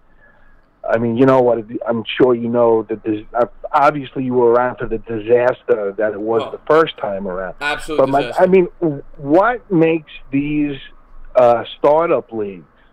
What makes them think that they're going to compete with the NFL in any way, shape, or form? Well, they're not. The XFL. I mean, I guess their thinking is they're not competing with the NFL because it's after football season. But the way I look at it is, if I was the XFL, if I was Vince McMahon, what I would try to do, and some people may disagree with it because of all the politics and whatever, but if I was the XFL and I'm trying to get ratings and I'm trying to get people to watch my product, I would go after Colin Kaepernick. I would go after Johnny Manziel. I would go after Tim Tebow. I would go after guys like that. Because guys like that, people are going to tune in to watch. Hey, don't say Tim Tebow. Tim Tebow is going to be starting in right field for the Mets. Unfortunately, you're right. I hope not. Yeah. I really hope not. Yeah. But yeah, no. I just look. The only real competitive football that there was probably the USFL and the old AFL. But I mean, maybe McMahon is hoping for some type of merge down the road. But the last time around, did you watch it when it was first around in 2000? Oh yeah, of course. I watched like the first 3 weeks and then I stopped watching because the product was horrible. And Dee Johnson just asked me, "Is this my last call?" I'll go like 10 more minutes, guys. If you want to call in, Dee, a couple more people want to call in, I'll take a few more calls. But I watched for like 3 weeks and I said I can't watch this anymore. It was horrible. It was a disaster. But all right, look, I'll let you go. I know there's other people. I just wanted to make a couple of statements. That's all. No, man, you're great. I really appreciate you, man. Whenever you call in, you make great points. Great call. I always love talking to you. I'm looking forward to talking to you in the future. Yeah, well, you want to know something? Yeah, go ahead. I'll tell you. You want to know how you know you're doing good? Because I've actually been listening to this entire broadcast of yours from the beginning to the end. And I don't even listen to Mike Francesa. That's a tremendous compliment, so I appreciate that. Yeah, no, you like it once again for the millionth time. You're doing a great job, buddy. Thank you very much. Thank you for calling in. And you truly are an entertainer. All right, my man. All right, buddy. Have a good one. I'll talk to you soon. Have a good night. All right, Bavith. I'm sorry, Kendra. I saw you earlier, Kendra. You asked if you could call in. I'm gonna give you 10 more minutes if you want to call in. What's going on? You're on live with the Entertainah. Thank you for calling in. Hey, how's it going? It's going good. Who is this? This is Cooper from Florida. Cooper, yeah. I've seen you come into my streams the last couple of weeks. What's up, buddy? Yeah, what's good? I've actually lost my voice right now, so you probably can't hear me. But no, I hear you fine. Just want to check in, see how it's going. Yeah, what's up, my man? What do you want to talk about? Just anything really. I live in Florida, so like about 30 minutes from the Dolphins stadium. So I've been a Miami fan ever since I was born. And I hear a lot of people, especially Jets fans, they're all pissed about the Adam Gase thing. And, honestly, when he was in Miami, a lot of people didn't like him because of his curious play calling. But then again, the first year he was with us, he took us out the playoffs too, so. I was going to say, when you look at his track record, he didn't do, in terms of wins and losses, he did a good job over there because, he got you guys to the playoffs with Ryan Tannehill. And this year, I don't follow the Dolphins nearly as closely as I do the Giants. Obviously, I'm a Giants fan. But going into the season, I thought the Dolphins were going to be one of the worst 5 or 6 teams in the sport. I thought you guys overachieved this year. And, in terms of wins and losses, I think Gase did a pretty good job. I just don't think he's a hot name. No, yeah, you're right, too. There's a lot, the Colts game, I don't know if you watched that game, but we were up by like 10 points in the fourth quarter. It was like week 11 or 12, and we easily could have won that game, but it's just too conservative play calling. But then again, like a lot of coaches do that sometimes. They just get too conservative. And I think that's one of the things that, guys like Sean McVay and Bill Belichick are really good at. When they get that lead, they just keep fighting and until the clock hits 0. And that's one thing that coaches need to just be better at. Yeah, I will say I agree. Usually being extremely what's the word I'm trying? Aggressive usually is the type of coach I want to. Sometimes sometimes it makes you scratch your head because there are times where Sean Payton's another example of a very aggressive coach. There are times where I'll watch a Saints game and I'll be like, I wouldn't have done that. Like sometimes you have to be a little refined. But yes, I usually like a coach that takes more shots. I agree with that. Yeah. But I don't know. I've been tuning in for the past hour or so, just doing a good job. Probably wondering who I'm picking in the Super Bowl, me being a Dolphins fan. Yeah, man, I want to know. I don't know if I can ever go against Brady in that. I'm picking the Patriots to win, but of course I would always go for the other team that's playing them. So. Yeah, I'm picking the Patriots, but as I said, I don't know if you tuned in from the beginning. I've said this a couple of times now throughout the stream. I really think the Rams match up extremely well. With the Patriots. With that defensive line. So I think the Rams have a real shot to win this game, but I can't pick against Brady. Yeah, it's pretty cool. My mom, we're all like huge Dolphin fans, so we were watching the game yesterday, and she was so mad. That's why I kind of lost my voice now because we were all yelling at the game, and went into overtime, and of course that roughing the passer call. Oh my God, my parents were screaming at that. Oh my God, that's like, one of the worst. That's the thing in all sports. Real quick, on all sports, there can never be like a good referee.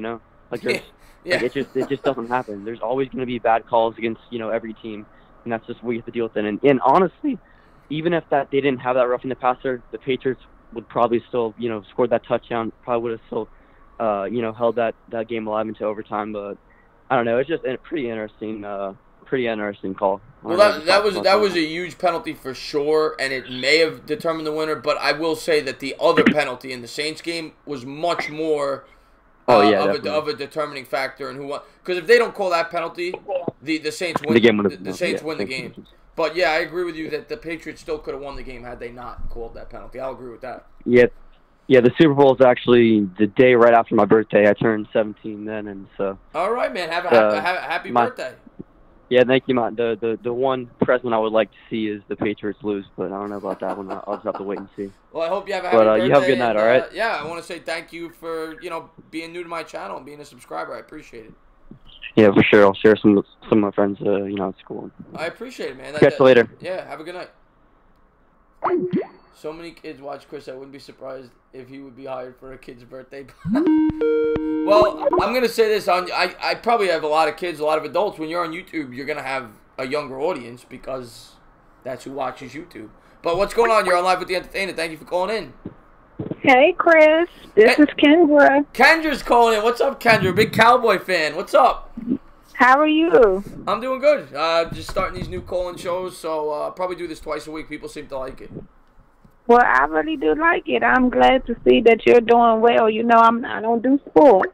I'm a Cowboys fan, but I do get on here to listen to you and Bad Dog. Y'all pretty cool, and I appreciate you. I appreciate you. I know you're a big Cowboys fan. Are you a fan of any other sports?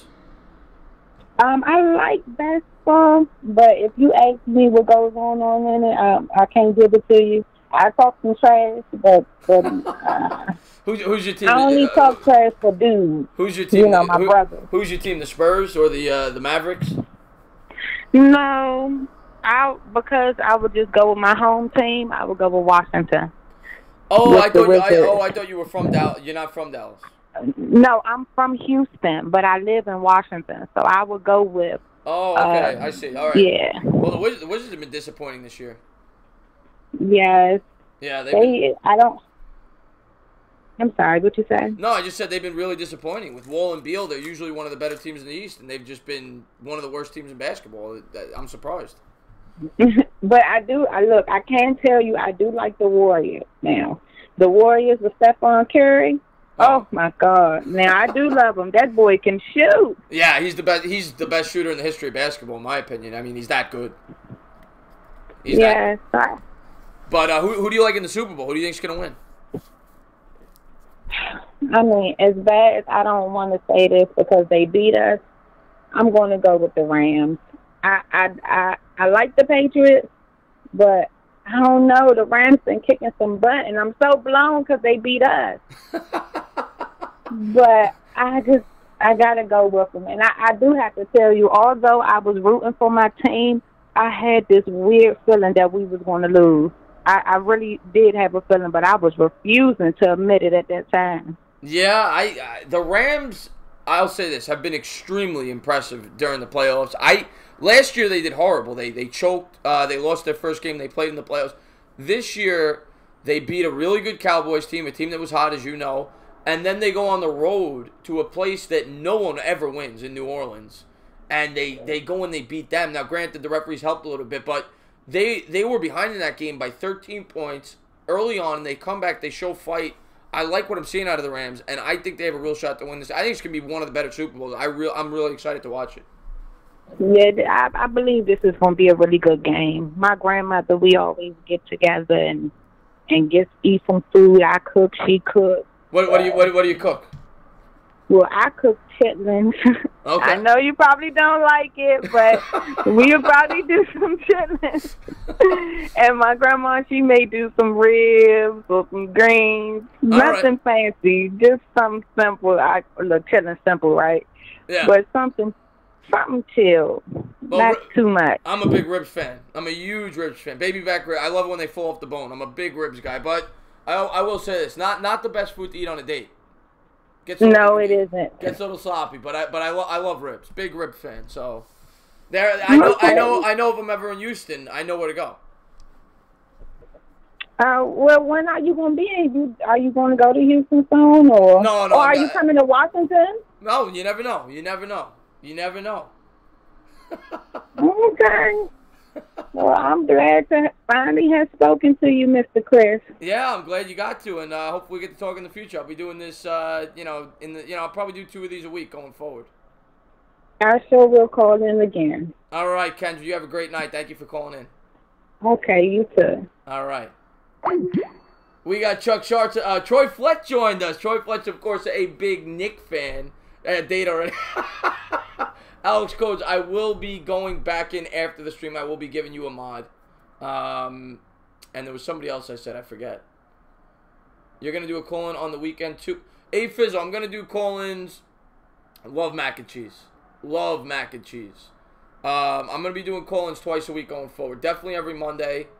And I'm not sure the other day, but definitely twice a week going forward. People seem to really like it, so I enjoyed it. I enjoyed talking to you guys. Troy, man, yeah, man. I think I saw you in Sim's chat, if I'm not mistaken. I went back and I looked at it after. What a horrible game to go to today. My God, the Knicks are bad. Sanchez, what's up, my man? I'm gonna be live for like 5 more minutes, maybe. I'll go to 10:20. I saw a couple more people pop in here. I'll go for 8 more minutes. What's up, Sanchez? Anybody wants to call in? Go ahead. And then I'm gonna call it quits tonight. They're going to do it. Oh, Chuck Sharps, man.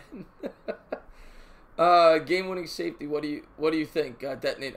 Oh, that would be interesting. Well, I remember when the Giants played the Patriots, they had a huge safety to start that game. It wasn't a game winner, but that was a big play. Oh my God, I can't wait. I can't wait, Troy, till the draft this year. Can't wait. I am sick of. I mean, this whole season's been a complete disaster. Nothing has worked out for the Knicks, and I knew they weren't going to be a great team, but I was hoping they'd compete. And I mean, Knox, I know, is still young. Whatever, he's played better down the stretch. Ntilikina is complete.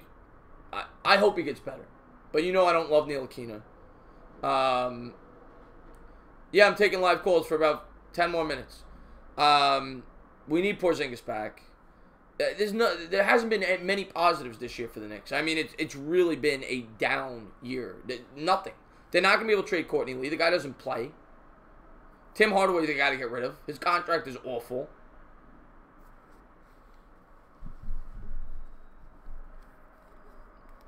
Yeah, we gotta get Hardaway out of here ASAP. ASAP. He's complete trash. And that contract. No, who's gonna take that contract? He makes $17 million a year for a guy that's he's shooting like 39% from the floor. Hey, he doesn't play defense. Who's gonna take that contract?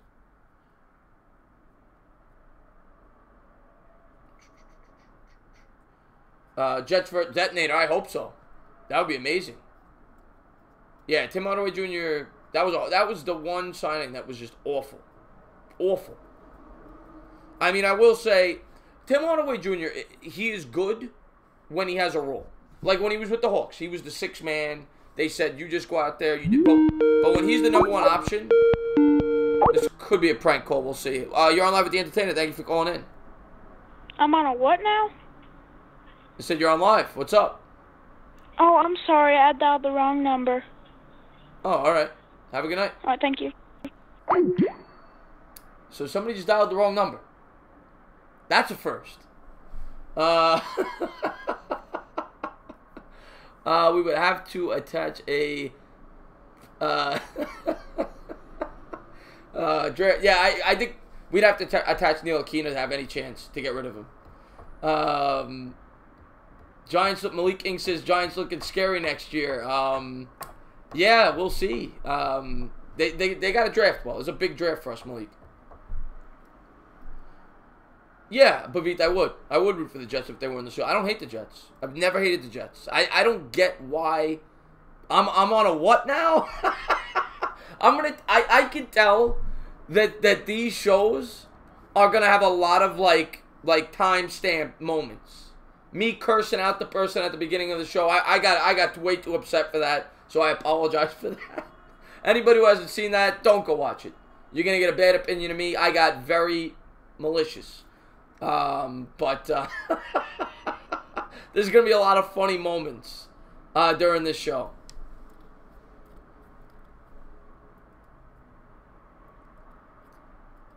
Patrick Felipe, the number's right there. It's 914-481-3540. Babbitt, I don't know. It was at the beginning. It was like the first 10, 15. Basically what happened, well, you'll get to see it. I'll take calls for 5 more minutes, then I'm going to call it quits. Warriors. I think the Warriors will win, Kendra.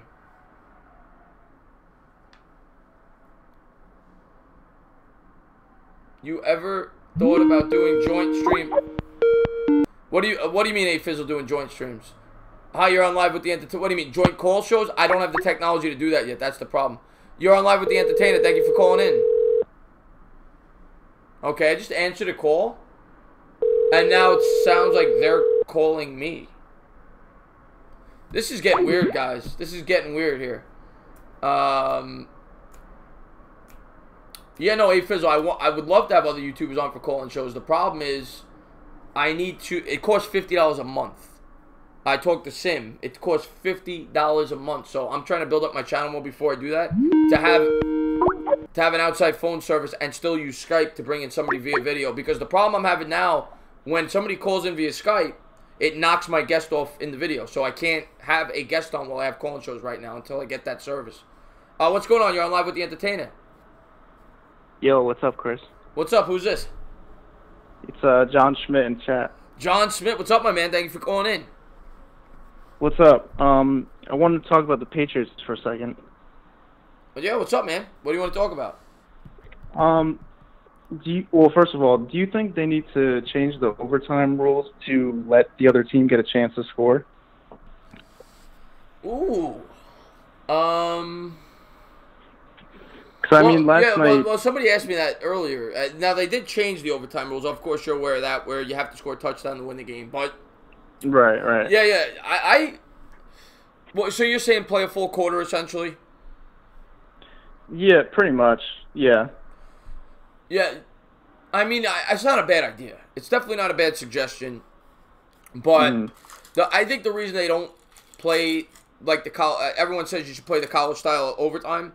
I think the reason they don't do it is because the games could take forever. And when you think about, like, the NFL, like, people want to be able to watch every game. So say, like, you have a game, you want to watch the 4 o'clock game, and say, like, let's just say hypothetically, you're a Giants fan. We'll just say in your area, the Giants are supposed to play at 4:25, and there's a game ahead of you that is going into 10 overtimes. No, I'm not being a little far-fetched, but if that game goes till 5:30, they're gonna have to cut into your coverage. So I think that's right. That's fair. I definitely didn't think about that. Yeah, I think that's probably the reason why they don't. And but I agree with you. I would like both teams to have an equal opportunity to win a game. Yeah, because I mean, Mahomes last night, he was just unbelievable. You got the feeling that whoever won the coin toss was winning, at least in my opinion. Yeah, Mahomes. I mean, he came out shaky the first quarter. I was like, "What the hell is going on?" You know, he looked lost, but then he really turned it on, and they had a ton of big plays in that game. And I was really rooting for the Chiefs. I would have loved to see Mahomes in the Super Bowl. He's one of my favorite players to watch, and I'm sick of the Patriots. I'm sick of the Patriots, but unfortunately, I'm going to pick them because they've been here before. And in my opinion, you got to go with the experienced quarterback, experienced coach over the inexperienced quarterback and inexperienced coach. But I do think the Rams match up very well. I think the Rams have a great chance because they have the best defensive line in the sport, and I think they'll be able to get pressure on Brady. So we'll see. Right. You know. The other thing I wanted to say about them is, isn't it crazy that I know Tom Brady's the GOAT, Bill Belichick's the GOAT, all that, but am I the only one that gets the sense that there's just always this lucky energy that seems to be around the Patriots in times of need? In the Seahawks Super Bowl, you know, it seems like any other team in that situation, they just punch it in, they run it in, and win. With the Falcons, they give them all these possessions to come back in the second half. And then last night, Tom Brady throws a pick. D Ford's offsides at the perfect time, so they get another chance. I didn't even think about that one. That's another one. I mean, that's another one. With the Chiefs fans, that penalty. I mean, the game was over if he's not offside. Yeah, that penalty that's on the Chiefs, so you can't blame anybody but the Chiefs for that. But that was an absurd penalty by D Ford. How can you do that in that situation? But you're right. It does seem like the Patriots catch a lot of breaks. Now, to be fair, I mean, I think you're a Giants fan too. Yeah. Obviously, Tyree's catch, we got a little lucky there. But, I mean, the Patriots do seem to catch a lot of breaks. Yeah. You know? Yeah, at least not against our team. You're right. Yeah. I mean, the Seahawks, obviously, why the hell are they throwing at the 1-yard line? The Falcons, you know, why are they throwing the ball when they're up 28-3 and taking sacks to get themselves out of field goal range, and not trying to milk the clock? I mean, they do get. I mean, you're right. I mean, they always do seem to catch a lot of breaks, the Patriots. But what I always say is, because people always say they get lucky and the Giants got lucky. You're right, but to win a championship in football, I think you need to get lucky. But what the great teams do is they capitalize on it when they get that luck. That's what Eli did. That's what the Giants did. They got some breaks. There's no doubt about it. The 49er game, they muffed the punt. I mean, they got breaks along the way. You have to get breaks to win Super Bowls. I mean, it's how it works. Yeah, no, that's fair. But I'm rooting against I'm pulling for the Rams. I hope the Rams win. Yeah, I do too. I was also going to say I wanted a young quarterback to go out and win the Super Bowl this year because I know it's kind of a far-fetched thought, but I was thinking maybe just if a young quarterback wins this year, that could be the kind of thing that makes Dave Gettleman pull the trigger on a quarterback in the draft. Who do you want? Who do you want? Which quarterback do you prefer? It's hard, man. Probably, I'd say Haskins. I'd be okay with Kyler Murray just because of the offensive weapons we have, but probably Haskins or Locke right now. Yeah, I'll tell you, and I won't be upset if they wait till next year to take a quarterback, because I will say that I think next year's class is better, but I do like some of the more I see of some of these quarterbacks, the more I like them. Right. And you didn't mention Daniel Jones, who I think is being overlooked by a lot of people. I think Daniel Jones is a sleeper, who I think could be a good quarterback out of Duke. But Yeah, I gotta watch him more at the combine. I was watching some film on him, and he supposedly does not have a good line or weapons around him. So that's true. yeah, and I like his measurables. I think he's 6'5", 230. He throws a good deep ball, and he plays for the same exact coach. He plays in a pro offense, and he plays for the same guy that he's coached 6 NFL quarterbacks, including Peyton Manning and Eli Manning. So he does have a good foundation there. So I'm not going to say I'm sold on the guy. Like you said, I got to see him at the combine, everything else. I think Drew Lock's going to blow people away at the combine. I do. I do too. Yeah, I'm still not a huge fan of Drew Lock, but I think he's the type of player that during the combine he's going to be similar to Josh Allen this year, where he blows people away and he's going to go up draft charts.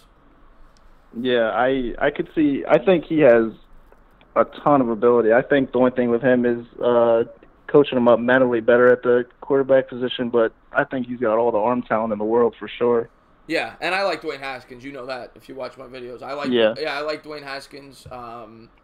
But, I mean, I see some of the negatives people see. It's fair. I mean, the guy does play in a college-style offense. He has limited experience. And he does have a loopy throwing motion. It's fair. But I like him. I like his attitude. I like him a lot. I do. Yeah. But, like I said, I'm going to understand no matter what the Giants do, because they have so many holes. We need a pass rusher. We need an offensive line. We need cornerbacks. So if they feel like there's better quarterbacks in next year's draft and they say we love this guy to help our defense, I'm not going to get upset as a Giants fan. Right. You know, but we'll see. We'll see where they go. I'm looking forward to the draft. I think it's a very important draft. Yeah, I can't wait, man. All right, man. I'm going to let you go because I'm closing out the show. But thank you for being a great subscriber. Thank you for calling in. All right, thanks, Chris. You got it, my man. See you, man. All right, guys. I am going to close out the show. Seems like you're impatient. I don't know if you're talking to me. I think everything I just said seemed very patient. Yo, Chris, you need to have an Entertainah savage moment. You're losing your temper compilations video playing 24/7. I'm guessing you watched that part. I Love New York.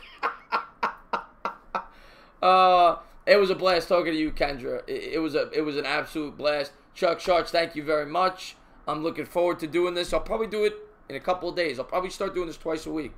People seem to like it. I like the call-in feature. I get to talk to you guys. So, yeah. Thank you guys for being a part of the stream. Thank you guys for being a part of the channel. And we'll talk soon, guys. I'm hoping I have Chris, I'm closing it out. I'm gonna be over on Bad Dogs next time. I'll be back here in a couple of days. All right, guys. Have a good night, guys.